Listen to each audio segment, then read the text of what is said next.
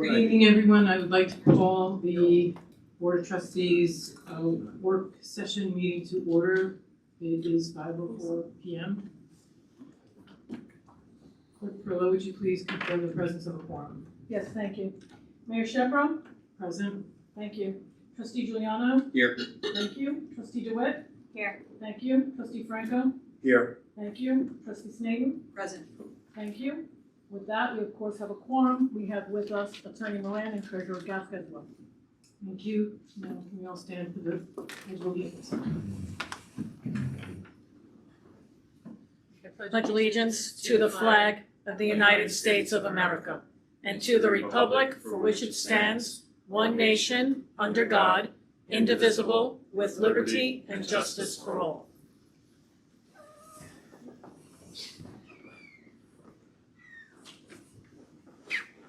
First, order today business is to enter into executive session. Do we have a motion to enter into executive session? At 5:05 p.m. I'll make the motion. Second. All in favor? Aye. And just to clarify, this is to discuss the specific performance of a particular employee and legal contractual matters.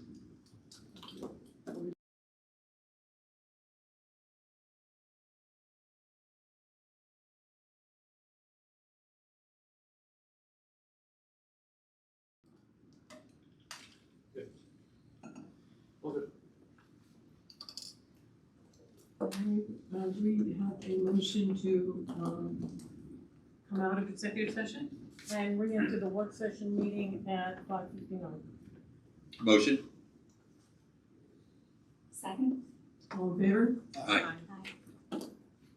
Okay. We are going to start our presentations tonight with metered parking throughout the village. So I think James Luciano is here to make that presentation. You want me to go first, or you want them to go first? I'm looking at the way the clerk ordered this, and I'd like actually the fire marshal and our site plan expert to come on up. So thank you, James, for offering that. Matt and Josephine, if you guys could bring up a couple of chairs and join us at the table.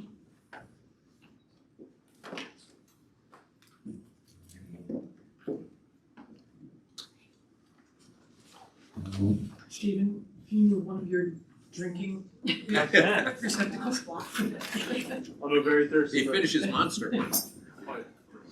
Put Mentos in. Huh? No. No, I think I places in that. Cinnamon and orange. Come closer if you want to lean on the table. I'm just thinking. Use it like you best. All right, so we have Matthew Carries, our new fire marshal, one.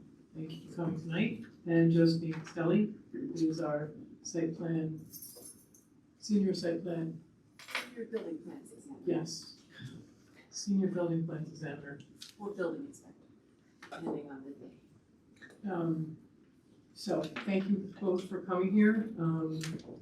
We've been anticipating this presentation, and I don't need to give it any further ado, so we'll start. Who wants to go first? All right, I'll start. Okay.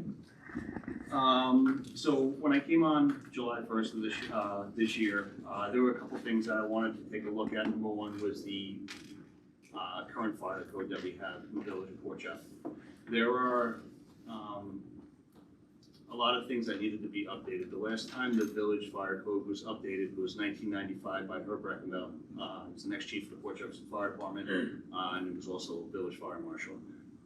Since then, we have not updated our fire code. There's been a lot of changes within the New York State Fire Code that we need to take care of and everything like that. In the packet that I've given you guys today, under the red tab, it's the fire codes. All the changes that I've made are listed in blue ink. The original literature that was part of the fire code is in black, and everything that's in red that we're going to look to delete. There's not much that I'm going to delete from the fire code. I just kind of moved some of it around to organize it a little bit easier for everyone to understand the fire code. We do have now 5 articles for the fire code, and everything is now separated into each article that we need to accomplish. So you'll see a lot of the code numbers changing in the village fire code, just because there was a lot more literature that was added by myself. The current fire code was 31 pages long. This new fire code is 59 pages long. A lot more information that was provided that needs brought up the code with everything. Matt, is it safe to say that the original code that was adopted in 1990 was basically a mirror image of the town of Brookhaven code? Yes, And since then, it hasn't been caught up with the multiple amendments? Correct. The changing of the uniform code, the state fire code and all of that? yes, And I can speak to the fact that the Brookhaven Town Code, since I started in 2002, has probably been amended 30 to 40 times. correct. And this is an effort to bring it in line with the current New York State Code, to make sure that the health, safety, and welfare of our residents is protected pursuant to the codes as they exist today, not 1990. Correct. Thank you very much for that. One of the major things that I've changed in the fire code that I wanted to make sure that the village was very protected with was section 139-6, which is the duties of the fire marshal, which allows the fire marshal to review site plans and everything that we need to have done, fire and life safety inspections, have the inspections taken care of. All the permit processing that needs to be done for a fire marshal through the fire marshal's office and everything like that. Currently, right now, we have 2 permits. We have fire alarm and we have sprinkler permits. That's it for new construction. I'm looking to add 7 new permit applications for this, and those would consist of new construction, alterations, hood and duct systems, fixed extinguishing systems over cook lines that we have in our village, key Knox box where they have the fire safety key system mounted on the buildings so that the fire departments are not breaking down front doors and costing business owners a lot of money on brand new doors, as well as other permits looking forward with everything. Matt, in that effort, Yes. those are inspections that you would have to do anyway if you're doing your job correctly. You just weren't, the applicant wasn't applying for those. So you were going, if you went into a space under the current code and saw all of these new things, would you inspect them anyway?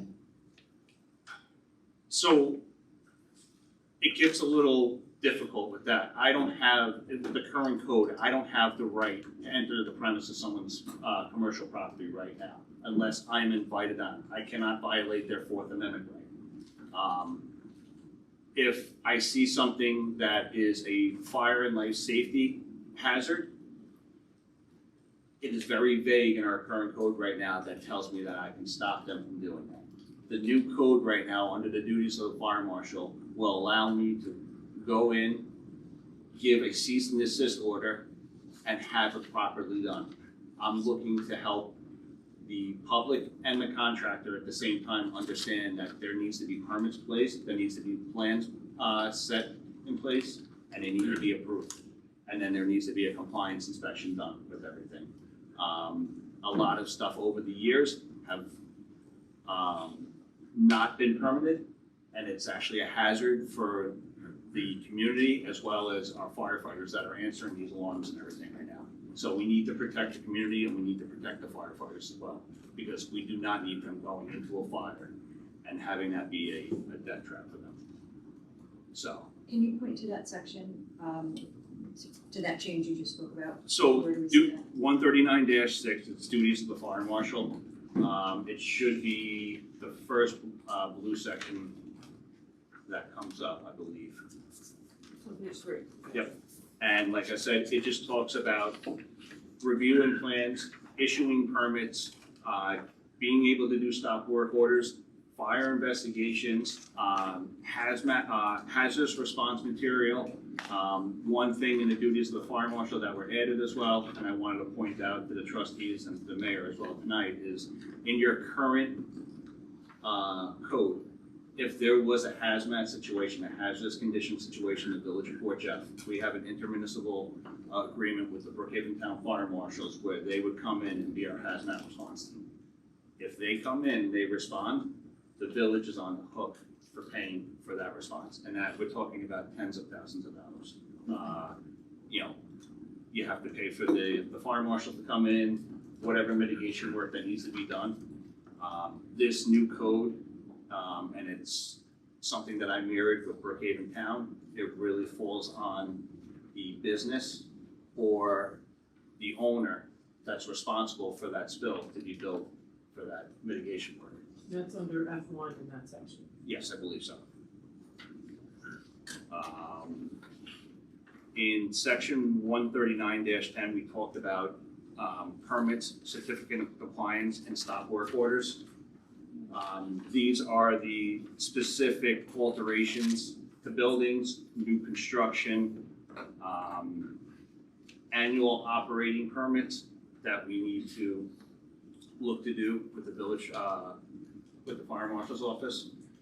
When I came into this role in July, there was multiple permits permit process. Somebody was like, here's a restaurant permit, here's a special permit, here's an operating permit. All I'm looking to do is I want to do two different permit processes. I want to have an operating permit, which handles all your businesses, your annual inspections and everything, and your installation permits, which is your construction permits. And that would fall under all the stuff that I just explained as far as new construction, alterations, hood and duct, fire service main, and be able to go with that with the fire code. If you guys flip to tab B, the blue tab with everything, it's pretty much updates on our scheduling fees for what we would need for permits. Everything that's in the black lettering is existing permits that you guys currently have in the village. Everything that's in the blue ink is the new permits that I would like to have adopted with the village. Under our operating permits, the biggest ones would be place of assembly permits, which would be your restaurants and everything like that. And your general non-permanent inspections are gonna be all of your businesses in Port Jeff that don't fall under a place of assembly permit.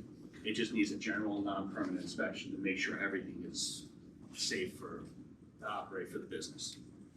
Under your installation permits, and this is a big one for us, especially for the village, we don't have a fire service main permit, we don't have a fixed extinguishing systems permit, we don't have a key Knox box, we don't have an emergency radio communications permit, a hood and duct, and your alterations and new construction. So all the new construction that we have done between Shipyard, Overbay, Conifer, none of these permits were ever issued to the building from the fire marshal's office, from what I can see. Does that mean that those safety structures don't exist within the building, or they just weren't permitted by the village? Do you know? You don't know as financing. I can't answer the question. I don't know. I wasn't here while that was going on. But all I know is looking at Laserfiche and everything like that, I can't find anything in the system that stuff from the fire marshal's office. They may have had a building permit with the building inspector, but they never had this stuff at the fire marshal's office. And looking at our permit process right now, I see two applications. I see fire alarm and I see sprinkler. That's it. That's all that was given up. Going into projects that we're looking at, like 450 Myrtle Avenue, our future projects and everything like that, we're gonna have 12 structures, 12 buildings that are gonna be built there. And I don't know if you guys want me to elaborate more on this or not.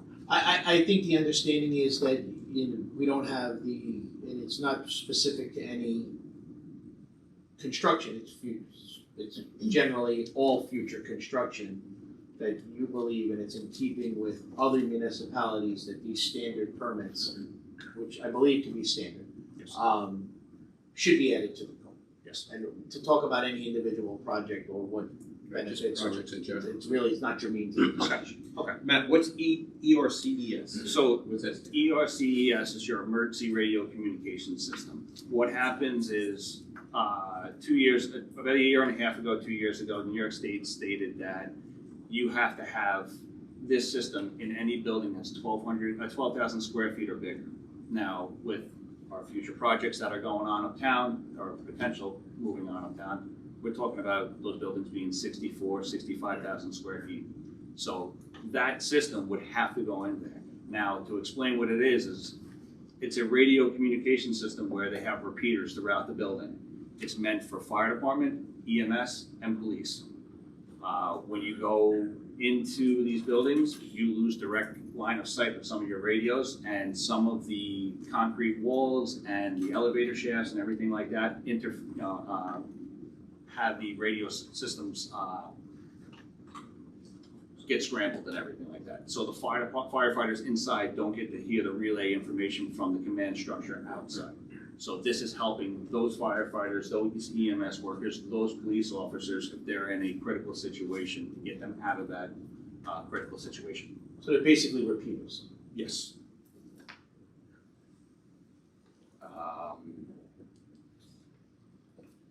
We talked about, if we flip over to does anybody have any questions as far as the permit fees and the list that I have on the blue tab?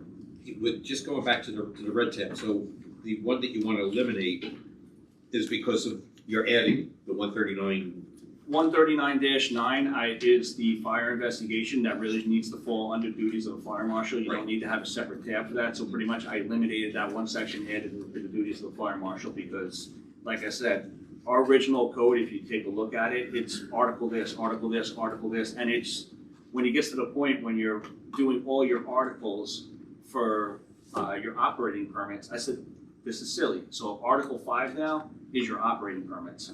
And if anybody has any questions, you go to Article 5, section whatever it is, and that's typical permit, and it has a description of it, what permit is needed for it, and moving forward that way.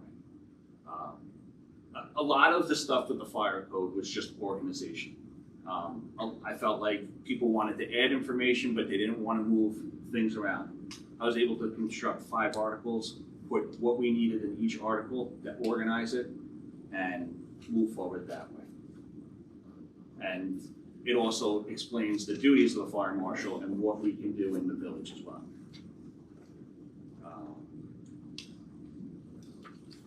If we flip over to the green tab, this is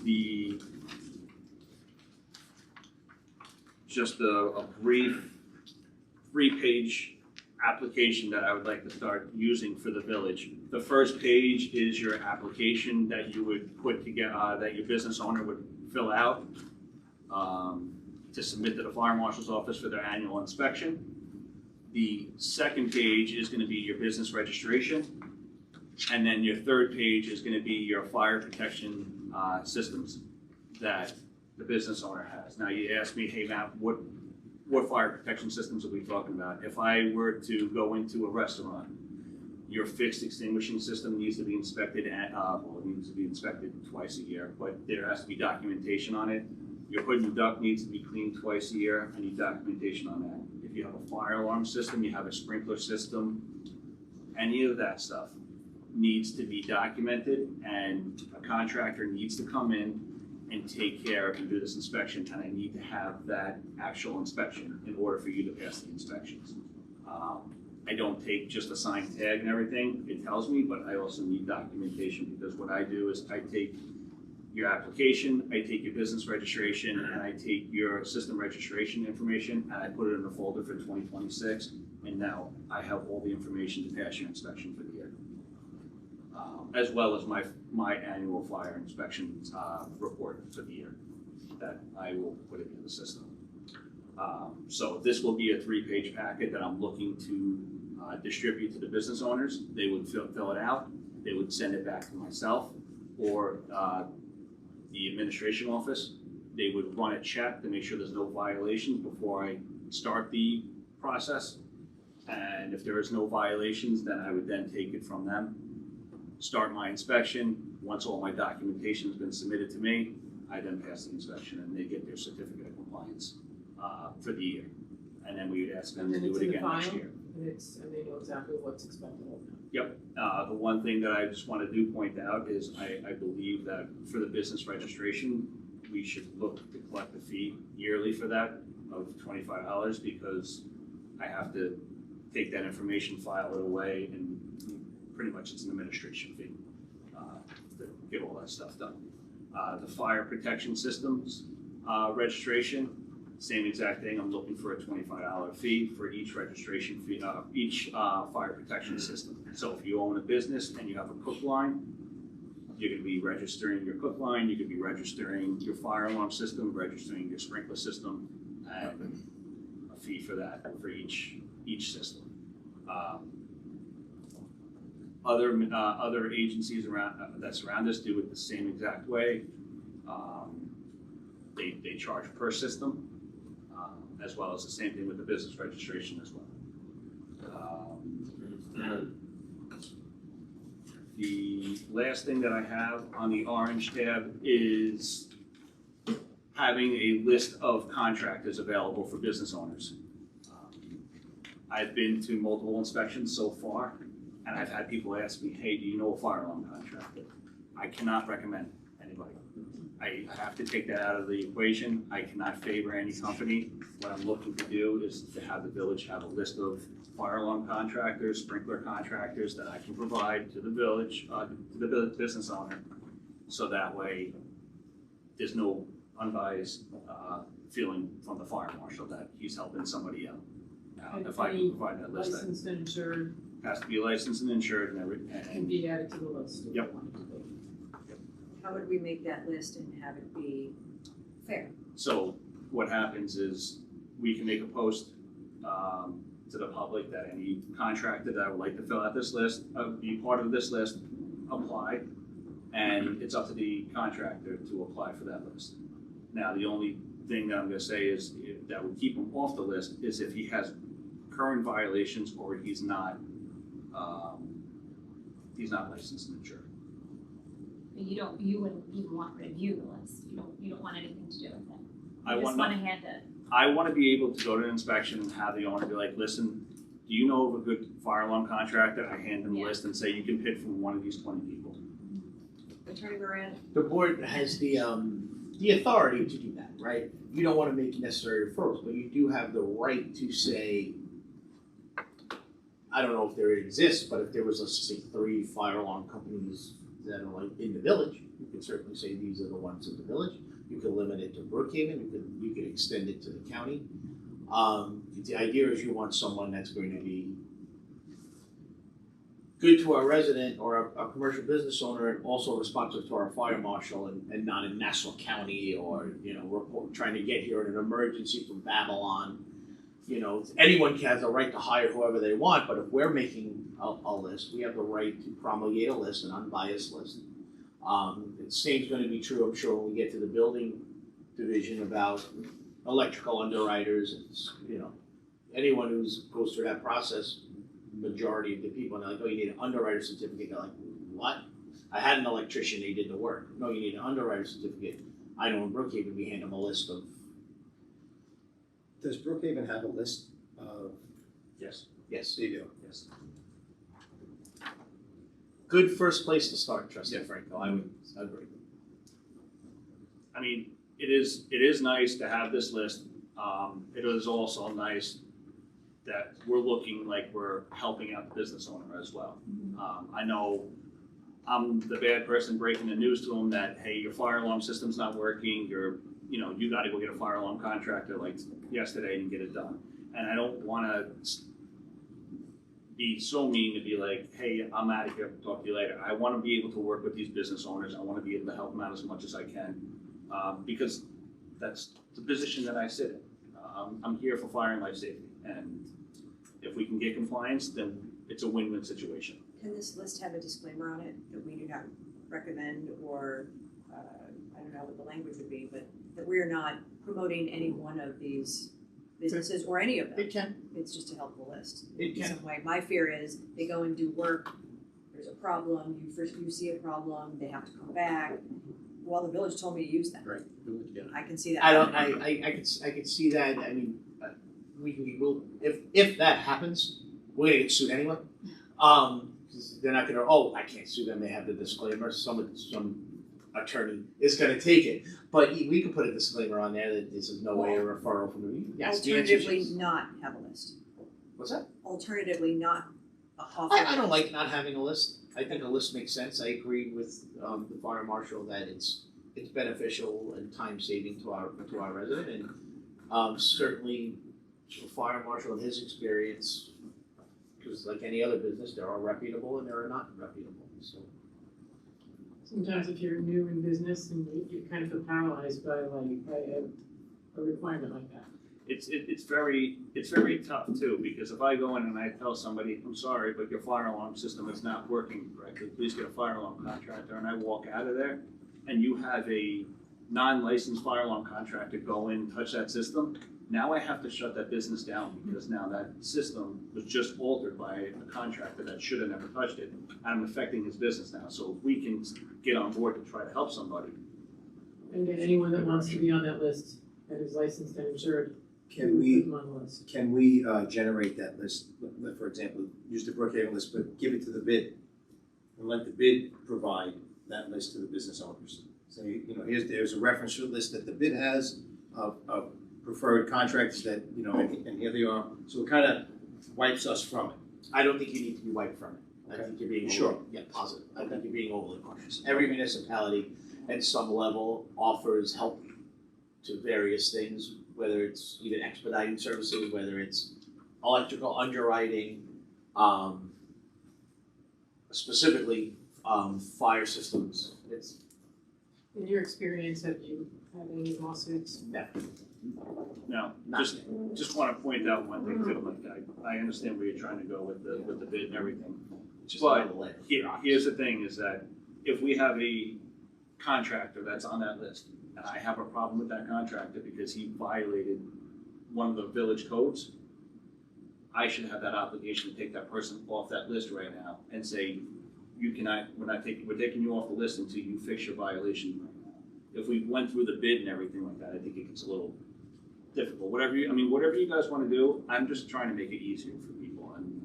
And like I said, I'll beat this to a dead horse. I am looking for code compliance. That's all I'm looking for, and I'm trying to protect the village, and protect myself as well. I have a question again, Sure. back to 139.5. Can you explain that again? This authority to enter the premises currently states what's in black, or the black is new? Black is, everything that's in black on the new fire code is original. Yeah, I did not touch it. Everything that's in blue, I just edited. So whatever's on the top there, what's it say? Authority to enter premises. Yeah, I think the old text used to be entry to, right of entry or something like that. It's technically authority to enter the Oh, premises. so you just It's changed the title? Yeah, it's just the legal, it's just the Gotcha, legal, okay. Right to enter premise or something like that is not the right way to go about that, to label it that way. And like I said, everything in there that's in the black is original from the village text, everything that's in blue is new, and everything in red is what I deleted, and 139-9 was the only one that I deleted, and I moved over, like Bob said before, into the duties of fire marshal. I think it's great work, and I know it's not done because the board has to adopt it. We have to have a public hearing if we want to adopt it, correct? So, I think it's a great first step, and in your short time being here, super impressed with how you put this together. And I just want to point out one thing also too. I've received a phone call from Northfield about them changing out their fixed extinguishing systems. And this was about a week ago. We don't have a permit process right now. I don't have a permit in place to give to them right now, or a way of doing this. I told them if they could give me a week so I can get some clarification on it. We'll talk. Okay.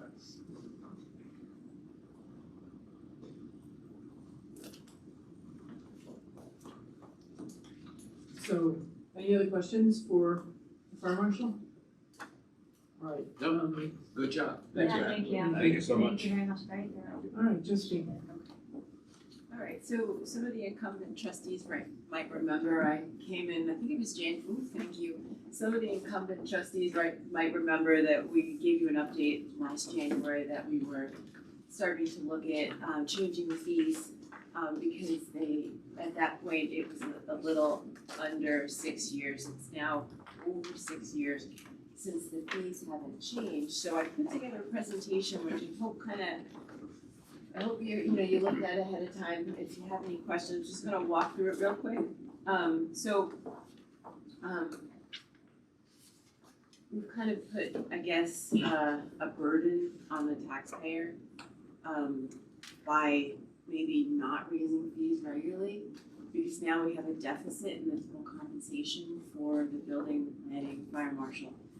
And I talked to that a little bit in January. And, cost of everything has gone up, right? Salaries have gone up, benefits have gone up, just paper's gone up. So what we're trying to do is put together a reasonable increase that would bring us in line with where we would be if we had raised fees all along, and also to get us a little bit more in line with our comparable municipalities. So the first section just sort of explains what's in the packet. The second section lists the current fees, the proposed fees, and we're also proposing to make some changes to update the fees to be, again, like Matt, to be in line with current changes. So similar to Matt, the red indicates fees to eliminate. In my case, I have green as new fees. Some indications of that are, say, an energy storage system. Solar became popular a decade or so ago, but now people are installing Tesla Powerwalls, an energy storage system, to store energy now to use for themselves, right? Instead of getting it from the panel. So that needs a permit. There's a whole code section on that now in the latest code update that we got at the end of January. And solar demolition, some of these panels that have been in place for a while are starting to fail and need to be either taken off or replaced. So we added electric vehicle chargers, that's new. Especially if they're hardwired, there's a whole code section about that talks about where they can be and how they have to be installed. So we have current and proposed. We have some switching around. Currently, we take a cash bond of $1,000 if you have your building construction costs greater than $25,000. It's supposed to be used by the village if there's any damage to village property. And $1,000 really doesn't do much if there's damage to the road or damage to a right-of-way. We're proposing to shift that over to DPW and make it a surety bond.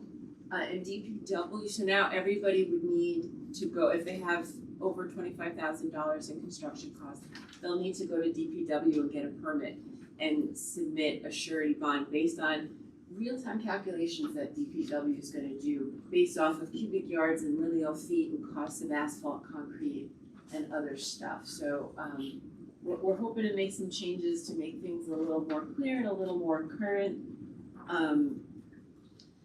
So that is the current and proposed fees. Then what I did on the kind of pull-out page. Oh, sorry, no, maybe that's a little better. I'll shift up some. I just did a quick snapshot of some typical building fees on what we currently charge, what we're proposing to charge, and what some of the comparable municipalities charge. I have data from other municipalities. One of the things you'll see on the page after that is a cost escalation analysis. So if you look at the bottom three, if we were to raise the fees 3%, 5%, 10% each year, and you look at the proposed and you look at where in 2025, we're kind of where we would be if we routinely raise fees like most municipalities do. The only outlier are the building permit fees, so you'll see that's quite a bit of a jump. In that case, we were trying to get us more in line with some comparable villages, such as, the village of Northport charges for 2,000 square foot home that costs $400,000 to build, they charge $4,025. Village of Poquat charges $4,000. We have some other similar villages like Huntington Bay and Lloyd Harbor. They're a lot higher. They're $8,100 for a new house. Village of Saltaire, water-based type of village like we are, but evidently a lot smaller. They charge $10,000. Village of Avalon's doing something over there with their $10,085 for a house. And their commercial, $680,000 for a permit for 60,000 square foot. So we're just trying to get those fees a little bit more in line with what our neighbors are doing. I have heard from, as I'm talking to professionals that are coming in, whether it's lawyers or expediters or accountants, and they routinely say, why are your fees so much lower than everybody else? So just something to keep in mind as we're going forward. And then the last page was just trying to give you a little data to show, so when I last spoke to you, we had, I guess we didn't have the full fiscal year in, but we took in for 2025, 2026, $289,954 and change in fees received. And the total compensation for the fire marshal, building and planning was about $795,000, which is a real big deficit. So that means, and I guess, I'm not the treasurer, that money's coming from somewhere, right? So it's coming from the tax base. Fees like this should be user driven, right? So if you decide you want to put an addition on, you're gonna pay a fee. If I decide I'm not putting an addition on, I'm trying to offset me paying taxes on that and contributing towards that. So what I did is if I took on the second line on the top section, most of the fees are roughly a 25% increase, except for building fees. So if we calculated the application fee increase from what was received for last fiscal year, it brings us from 289 and change to 362, so it drops the deficit from about 505,000 to about 143,000. That will probably be offset with potential fire marshal fees, some big jobs coming down the line because they'll go under a building fee, not the 25% increase. So hopefully we can get this to a point where these fees are covering building, fire marshal, planning, salaries, total compensation, and it's not a burden to the taxpayers. So did just throw a lot out there. Anybody have any questions? Josephine, why are we eliminating the recreation fee? That was thought because there is a recreation fee taken through the planning process that's set by the board. So that's being taken out. It's not that it's going away, it's just being set by the planning board and coming in a different way. Okay. Is that fee for per unit in a multifamily dwelling construction project? Is that what that fee is? And it's called recreation fee, is it I'm actually sorry, supposed to it's be set by part the of board of trustees, so, sorry, not the Right. planning board, it comes through you. You said it, yeah, I'm not 100% sure. So I think now that you asked that question, and I'm thinking about it, isn't it a parkland fee? A parkland fee that we receive from. Could we backtrack on the question to try and get Josephine focused? Mhm. Why does this currently exist in our building code, and what do you know it to be if you're eliminating it? It's a planning fee, and honestly, I'd have to look that one up. It's not being the planner. eliminated. It's not being eliminated, it's just I Coming off a hold on one set second, I just wanna make sure that we're understanding, cause I don't wanna have a discussion that's convoluted, because you're talking about a parkland fee, which is not a recreation fee, and if she doesn't have that answer, I just don't want. I don't I don't wanna know the guess answer that. 'cause it's a planning fee and the fees were reviewed by the planner. He's just not here tonight to answer that, but we could get clarification because this will have to go to a public hearing, we could. So I'll ask it this way, where would the parkland fee be located? would still be in the code, it would just be set by the board of trustees. Are you is talking my about the understanding. recreation fee, talking about the parkland fee, or do we know if they're the same? The parkland fee was never on our original fee schedule. But I But believe it's it's in in the the code. comprehensive, I think it's in the Yeah. code and maybe the comprehensive plan. I believe they're two separate fees. Okay. Me too. Who collects them, that I'm not clear on, but I believe they're two separate fees for two different purposes. Right, Because, excuse me one sec, That's I'm just remembering, I believe the parkland fees are in lieu of providing a public amenity. Am I right on that? For multifamily rental I haven't moved dwellings, forward. parkland fee is charged per unit. and then the Unless, I thought it was unless they provide a public amenity, they provide a park, then those parkland fees are waived. There's, I thought there was something in there, Dave, tell me if I'm sorry, Yeah. Attorney Moran, tell me if I'm mistaken on that. substantial public amenity comes if you want a fourth floor, I think, right? Different, Different Yeah. thing, I'm I'm sorry. sorry, Yes, See, but I'm not the separate. planner, I apologize, trying to help, but. But either way, for our purposes today, they're not being eliminated, I think to answer your initial Right. question, they're just being, I can tell you in the code, if it helps, looks like 220, 28. At the time of final plat approval, as a condition of said approval, the recreation fee shall be paid in full to the board of trustees by a minimum cash payment of 50% of the recreation fee, imposing a recreation bond. So it's, the recreation fee, I don't know if that's what you're discussing, but it exists in the code somewhere. It's from the attachment one. But it's not Parks- 1,500, Say again? it's not 1,500, which is what the fee was listed. Again, that's why I don't think we're talking about the same Same fee. fee, okay, we can get clarification on that. so maybe we don't have to eliminate it. If That's that's what fine. we're talking about, Yeah. because we need to understand what it's for. but And I if there thought we is a, weren't eliminating. Hmm? I thought we weren't eliminating, we were just moving it. no, it's eliminated. We're It's- eliminating it from being Yes. on 250 In attachment that section. one, like from the old fee schedule, we're just taking it off there, it's still in the code. Right. The old fee schedule, 250 attachment one. Right. It's just coming off that, because this tends to be given to the public, it's online. Whereas those other fees are set through the planning process or board of trustees process if there's some changes or whatever needs to come before the board based on our code. Thanks.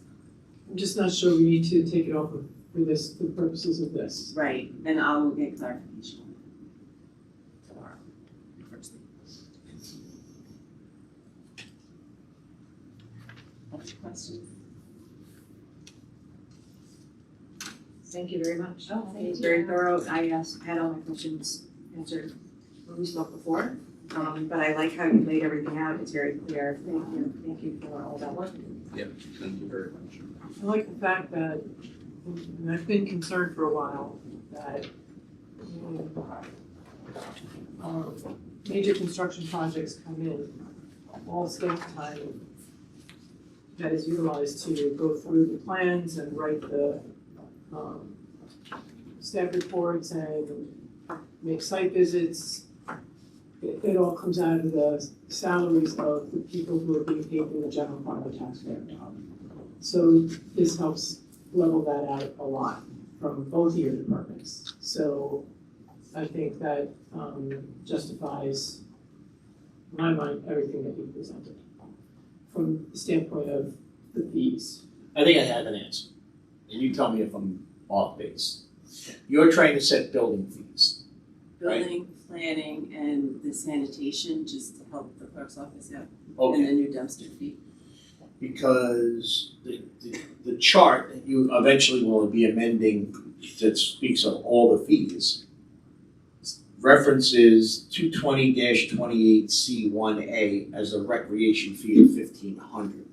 And when that comes into play is in cases where the planning board finds that due to size, topography, and location of the subdivision, land for a park, playground, or other recreational purpose cannot be properly located therein, or in the opinion of the planning board not desirable, the planning board shall then require a condition to the approval at the payment of the village based on appraisal. And A says, in case of a minor subdivision, the sum set forth in the table of fees per vacant parcel Okay, or a lot created shall be paid in full to the village upon approval of the subdivision. And if you go to the chart, it's $1,500. okay, so it sounds like we need to add that back in.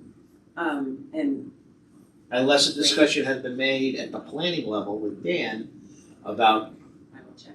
because there's another section of the code that I would submit is likely much greater fee. And I don't know what, off the top of my head, because I'm not the land use attorney here, where you draw the line between a minor subdivision and a major subdivision. 4 lots or larger is major. So I just want to make sure that we're not eliminating something that planning board might want to take greater control over in setting the fee, Right, because that would make sense to me. But okay, either way, we need to revisit it. I just wanted the board to have a better, clearer edification of what we're trying to do. thank you. And the next steps for this particular, This is a little more comprehensive than the fire code. I think if the board would be prudent to set the public hearing for the fire code tonight, for the end of the month, if the board is desirous of moving forward.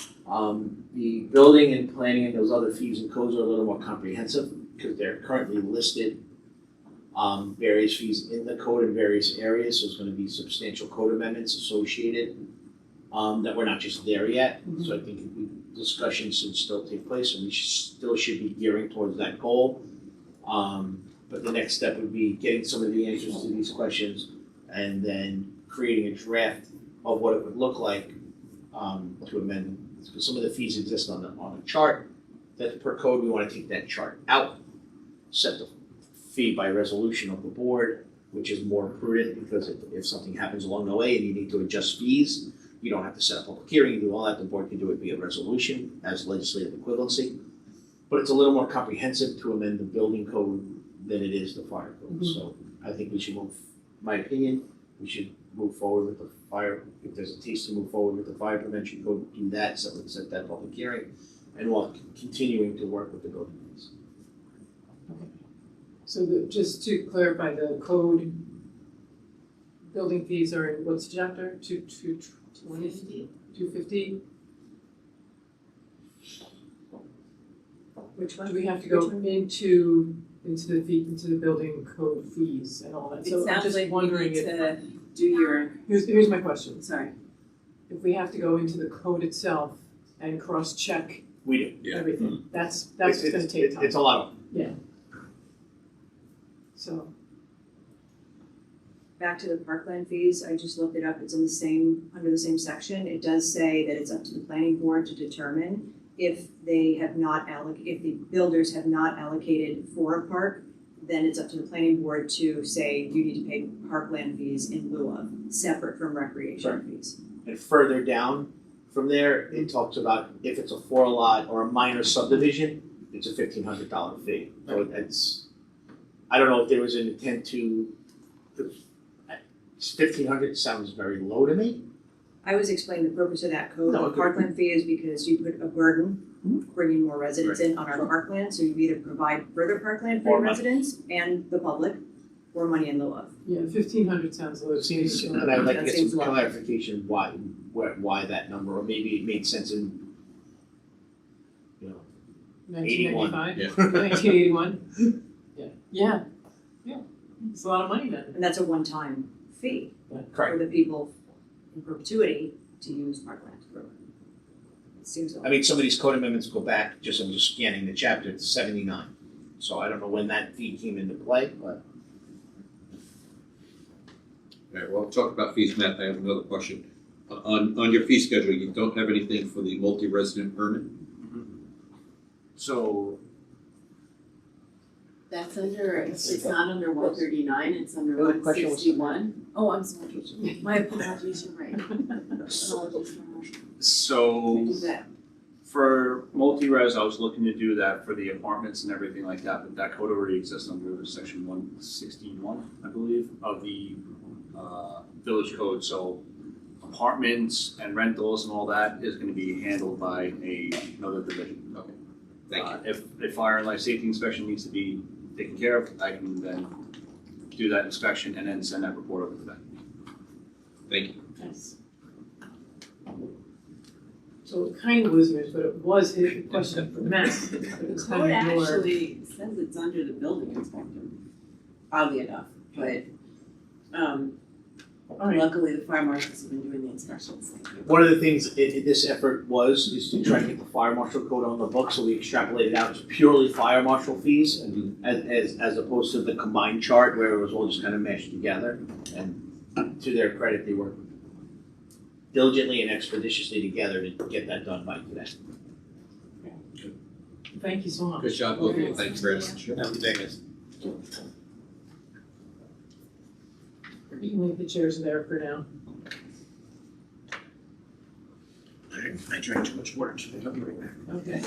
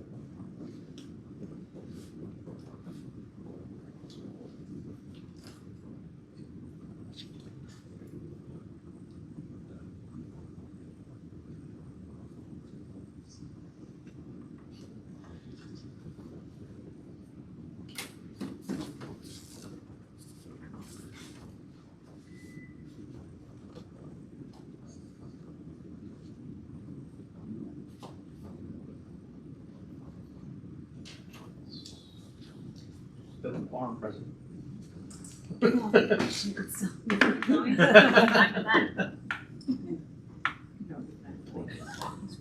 They walk out. Let's go. Yeah. Just doing stuff. They just leave, they're like, you don't Man. need us. Hurry up. I can handle it.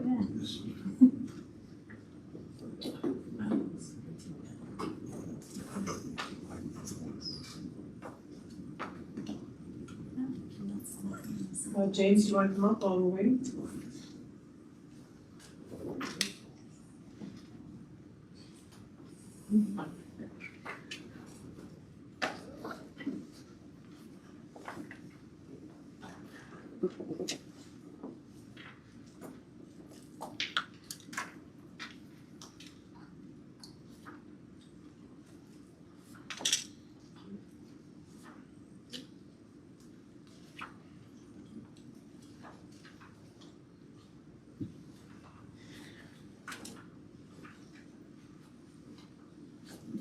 Okay, thank you for giving me the opportunity to speak tonight. I'm just gonna go over this presentation fairly quickly, if we can follow along.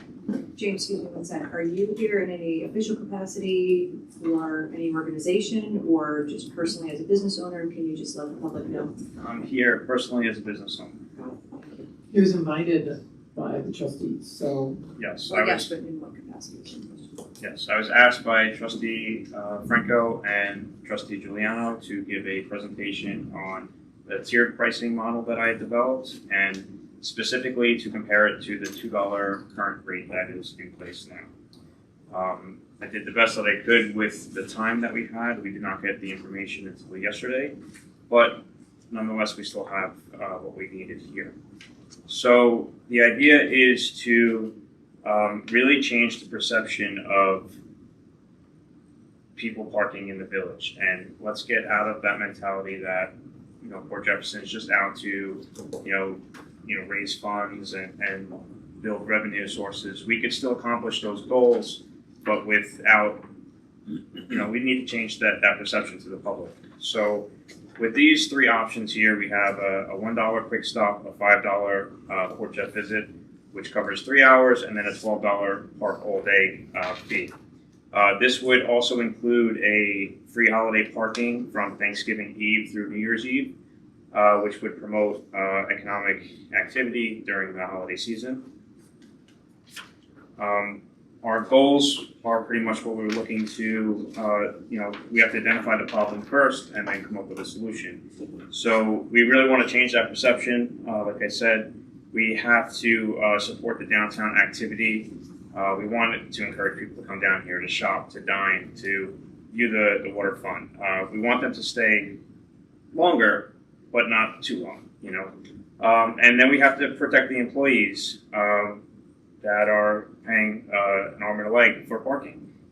There has to be some sort of middle ground to protect them, as well as we do offer the free parking lots. But when an employee comes in at 4 o'clock in the afternoon, those free lots are full, so those options are not always available. We do understand that we need to bring in revenue as well, and we need to just design those packages to accomplish those goals. We have 4 groups of people that we really want to accommodate. We have the quick shoppers that they're going to come in and pick up their takeout food. They might run to the pharmacy, pick up ice cream, get a haircut, quick errands throughout the village. Those are the people that we want to cover for $1. Let them be in and out in the village. They're still going to pay to park, but they're not going to be paying more than they need to. We were going to eliminate all other options other than these 3. The second group of people that we're going to be looking to fulfill are the Port Jefferson visitors. Those are people that are coming to, maybe watch a show at Theater 3, go out to dinner, walk around the town, go shopping. They're going to spend approximately 3 hours in the village. So we want to give them a clean rate of $5 for that time period. And then we have the people that work in the village, or they're going to be here for the whole day. We want to have a nice, comfortable cap on that at $12, where they're not feeling like they're spending too much money to be down here, but they are still paying their share. And then our 4th group of people are going to be the residents, which they always receive free parking privileges, and we're not looking to change that. Again, the 3 plans would be $1 for the quick stop, $5 for up to 3 hours, and then $12 for the all-day daily maximum. That's like 12 to 12, right? Correct. Yeah, it would expire at the end of the day, so that it's not carrying forward to the next day. And I had originally come up with $10 for that rate. It just doesn't hit the numbers that we need. So $12 is going to be more economic for us. When it comes to comparing these numbers to our past data, that's where things become very difficult. We haven't had, in the last 5 years, a consistent period of time to, compare apples to apples data from. We had the free months have changed. We've had the hours have changed. The rates have changed. The minimum purchases have changed. There's no way to really go through this data and calculate, what are we going to bring in this year if we go to this model compared to what we did last year? Because even the last 12 months, we haven't had consistency. We've changed the time period. We've changed, we had free parking during the week from October to November before we changed that. I mean, there's been so many different factors. You cannot use the transactional data to come up with these numbers. So what I did take was the most recent transactional data, and that was from May, June, and July. And those we have the accurate data for the time periods. We have how many hours per day people were buying, whether they were buying 1 hour, 2 hours, 3 hours. And this is how we got our percentages here. You'll see the bulk of our hours are being purchased, in the 3 hour range on the charts. If you look on that chart, I want to reiterate something where cost may be a factor on how much time people are buying. When the rate was $1 an hour in the month of May, you can notice that people were buying a lot more time than they were buying in June and July when the rate was higher. We don't know that that's correlated, but the data shows that that's correlated. So people want the convenience of oh, it's inexpensive for me to just buy 4 hours, I'm gonna buy 4 hours because it's $4. They're gonna be hesitant to buy 4 hours when it's $3 an hour. So you may not be getting the revenue that you would expect by having a higher rate. The tiered plan sells convenience. We're not looking to sell minutes. The biggest thing is at $2 an hour, people are coming in and they're saying, how little time can I buy? Am I gonna have enough time for dessert before my parking expires? Do I need to buy another hour? When you have a $5 flat rate for 3 hours, that perception is gone now. You've eliminated that worry of, I don't have enough time. Like, we had to wait for a table. The show ran a little bit later. We got here a little bit earlier. This gives people more comfort and they don't have to worry about their pockets. We did a direct comparison from May, June, and July, broken down from the $2 an hour, which we are currently at, versus the tier plan of $1, $5, and $12. And you'll see that it's a small increase, but doing a tier plan actually brings in more revenue than the $2 an hour plan. It's about 3.4%. James, did you factor into this analysis that you were going to shut the meters off for For October, November, no, just from Thanksgiving to Thanksgiving to New Year's. Thanksgiving to New Year's? Yes, So did we factor that in? yes, that's factored into this. The next page goes into the $1.4 million projection. The original plan was $2 Monday through Thursday, $3 Friday through Sunday, 12 to 12, from Thanksgiving Eve till April 1st would be a free period. The approximate revenue per transaction under that scale was $6.23. That's about 154,000 transactions. That generates realistically $960,000 to $1 million. What it would take to reach $1.4 million is an increase of about 45% of transactions. So I really think that 1.4 million was over projected to begin with, and we may never achieve that rate, even if we were at the $2 and $3 an hour rate. You would need, the transactions would have to increase substantially to achieve that number. You're looking at, you would need 224,000 transactions for the year, where we're estimated at 154,000. So I'd be interested to see a little bit more on where we got that 1.4 million and what numbers we were using to test that sample, because from the data we pulled from the website, that's not possible. I do believe we're ahead this year, correct, already, Stephen? On those transaction numbers monthly? Is that, you understand? Yes, we were over last year, yes. Okay. And we should be over last year because we increased the time from 8 to 12, so we did give 25% more meter time. Also, so we should be register more transactions. correct.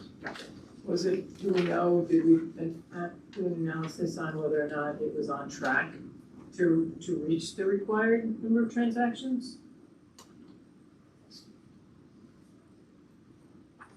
July took a hit, so I would say probably not after July. I'm just, in general, are we on track? I don't. For 1.4, no. No, for the number of transactions. The transactions. Of what was predicted, Yeah. projected, no. How many Yeah. transactions were we, is the 154, is that the number of transactions we had to have to get to 1.4, or what was the No, number, 200 No, I have to something? pull, I had a table, I had a whole, an okay. analysis Yeah, we weren't, that I had done. 154 is the projection is the 1 for million. this. It's for the 1 million. Part of the increase in the projection for the numbers when I had done this was a projection, was how many more transactions we were gonna do after 8 o'clock, and that number has been underwhelming. The after 8 o'clock, it hasn't hit what necessarily we thought, and looking at past transactions, it's been below.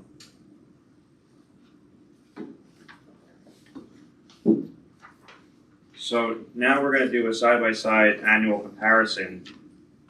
The $2 and $3 plan, which we did think was a little bit too expensive for parking, with a free period of April 1st to Thanksgiving Eve would bring in approximately 975,000. Again, these numbers can be adjusted when we have actual data and we can plug in the transactions. But if we're going on, we want to compare these side by side. We're going to do apples to apples. This is what we would end up with.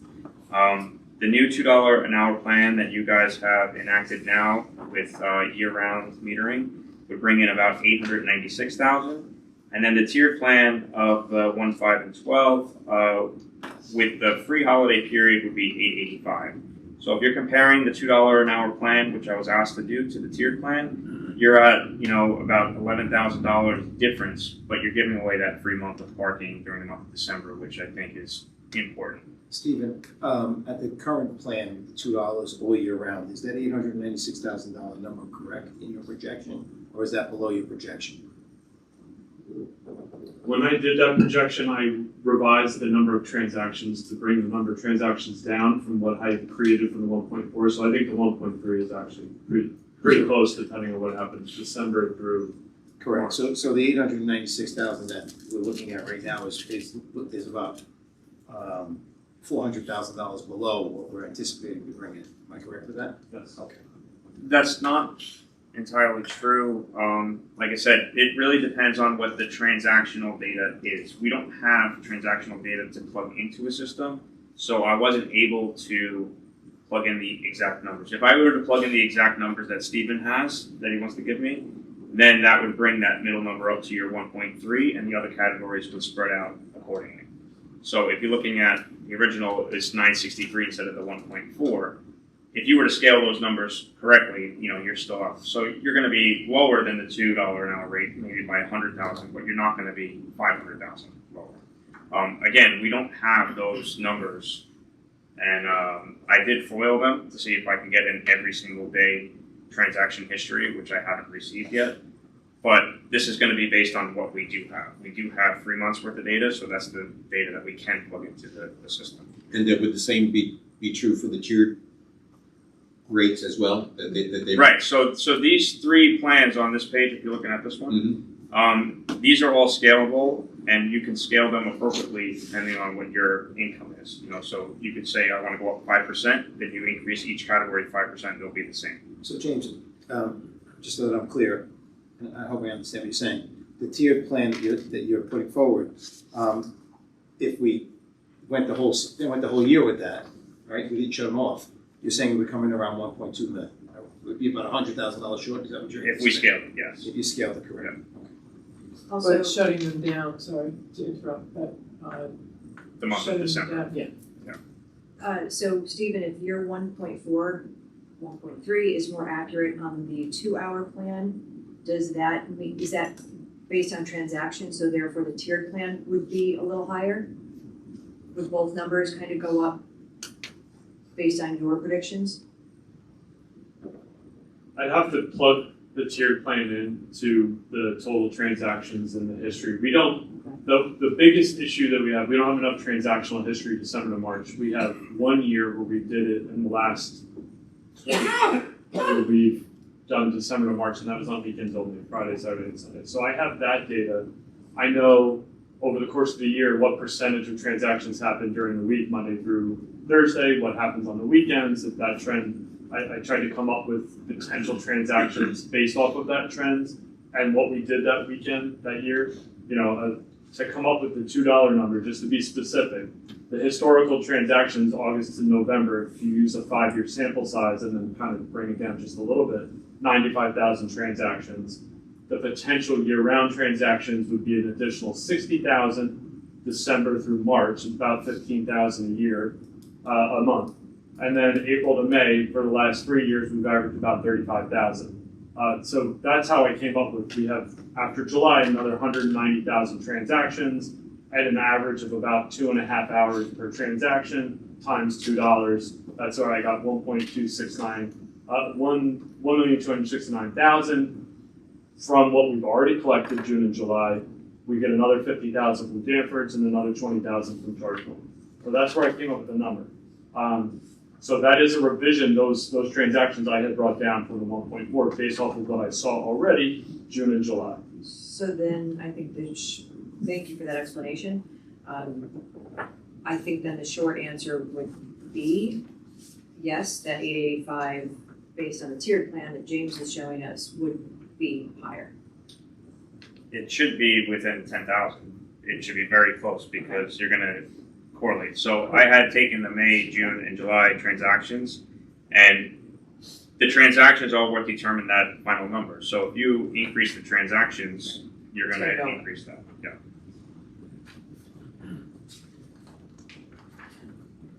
Then we also have, you know, Just to back up, so the $12 is from 12 to 12. You could be there 12 hours if you wanted to be. if you want it to be, yes. So is there a way to factor in, because that now, how I look at that a little bit is that employees might come in and say, hey, I can work a 10-hour shift, park in that spot, and that spot is gone for the day for $12. Did you factor that into your equation? You're gonna have that as a possibility. The amount of transactions that were bought in excess of 10 hours last year was 1.23%. So can an employee come in and spend that? Yes. I mean, and that's also a problem that we're always gonna have with employees, you know. But at the same time, is it right to tell an employee they gotta pay $20 to come to work to pay for parking? Well, We do have free parking areas. we have quite a bit of free parking. I mean, you know, there's quite a bit of free parking. In addition to the Brookhaven lot. which Right, and that's still available Is to it them. a pass, It- a year right, pass. but come to work on a Saturday at 4 o'clock and tell me where you're gonna find a free parking spot. It's not reality, you know, But in again, the you winter could, time. I'm yeah. sorry, but again, you could also buy a seasonal pass in the Brookhaven lot. I think, Randy, if I, correct me, trustee DeWitt, I think if you buy it in the early bird, it's like $27 Oh, is that what it is? for the season. Early bird. But again, try going over right now and finding a spot in that parking lot. It's not available. And that's where the issue is when you come to work in the morning, those spots are available. You come to work in the afternoon, those spots are not available. And that's the conundrum, right? Because that's a great sign. That means traffic is coming to the village. Right? People are coming here to utilize our village. So it's a good thing that they're having difficulty finding it. It's just, I don't think that I think it's gonna take away spots from customers close to the businesses, that I think the business owners would want their customers parking closer and their employees parking a little bit further away. So, just that one point, I just wanted to get a clarification. I on the appreciate the $12. point. I think we've seen this long enough here where I think the employees are gonna park where they wanna park regardless of where we set them up. Whether they're paying $20 or they're paying $10 or we give them incentives. We've tried this for many years. I think the employees are gonna park wherever they wanna park. And it's true, because I spoke to a code officer this morning in the gym, and yesterday he wrote 20 summonses for people that didn't pay the meter. Yeah. So there are a lot of people coming down and not paying the meter, and I'm sure Dave deals with quite a few. Well, and they won't show up on, for your, yeah, because. Hold on, Dave, let me Data. wait a second. Dave, is that it? These are No. people, these are not it. These are people, it's just for the week of 6/9 to 6/15. So this is basically from 6/9 to 6/22 of people who are challenging the issues of their park ticket. Not just issues that they're saying, I got a ticket and here's why I shouldn't have to pay a fine. Probably 100 here. Yeah. So the next thing would be if we are able to change the behavior of the patrons in the village, we could potentially see an increase in revenue, which could bring us up to, after a year, another 5%, which would bring that tiered plan to roughly $9.29, which would outperform the $2 rate. The idea is you want to eliminate the anxiety from the customers when it comes down to parking. You know, whether they're choosing to buy an hour or 2 hours or how much time. I think if you really sat in the parking lots and you really talked to a lot of people, you would really understand that they just want to make sure that they're going to not get a ticket. That's what it comes down to.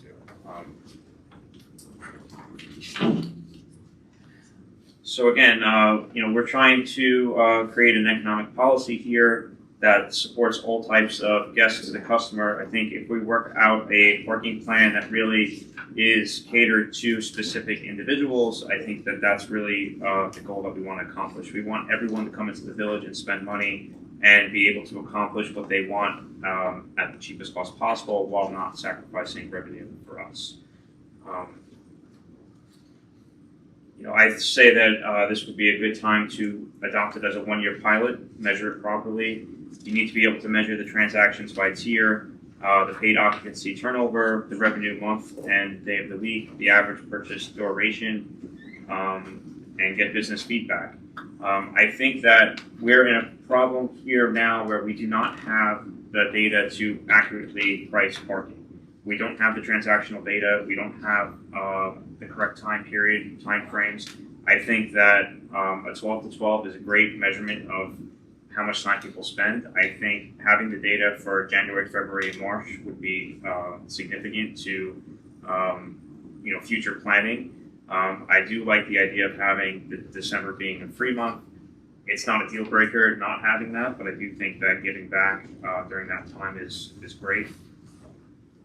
And then the action that I would ask for from you guys would just be to establish this 1 year tiered parking plan. I'm happy to answer any questions, but again, the ask is not to decrease village revenue. We understand we need that. It's just to be able to market this better to our customers that are coming down to the village. James, what is your recommendation or thoughts on the time frame for enforcement as it is now versus anything different? I think 12 to 12 is a fine time. I don't think we have any issues with parking in the morning. I don't think it's being abused. And, shutting the meters off at 8 o'clock isn't really helping anyone. I think the 12 to 12 is appropriate. It gives code the opportunity to monitor the lots up until the end of their shift. You have a lot of kids that just hang out parking. If they're going to be hanging out, let them be paying, for the parking spots. So, Attorney, sorry. excuse me one sec. Do we have an answer before I ask the other question as to whether or not we are allowed as a village to meter Main Street? Because we maintain the parking and enforce the parking, can we do that or not? I can tell you, It's an option. as I sit here, my gut tells me it's a state road and you would need some type of approval from the state. But it's possible, it's potentially possible. I'm sure with permission Okay. it's possible. So then my follow-up question, thoughts on metering Main Street? There's a lot of different options. A lot of people have discussed, store owners have said, we would love spots out front for quick, like we did during COVID. 15-minute or a metered system to keep those spaces open. So you don't hang out with your lawn chair next to your cool car and take that space up for takeout. What are your thoughts on that, if it's at all possible? I don't see anything against it. I think, hot dog meters Main Street. I think Main Street being metered would just add the revenue that we need. But I think that our problem with Main Street is really just enforcement. If it's being enforced properly, you'll get the turnover that you need. But if revenue is a factor here, then, it'd be worth looking into. one of the concerns are, is that there's been an increase in traffic to the village in June and July. In June, I think it's an approximation of 5,100 transactions at the meters, and in July, it's 3,200 transactions at the meters, was an increase from the year before.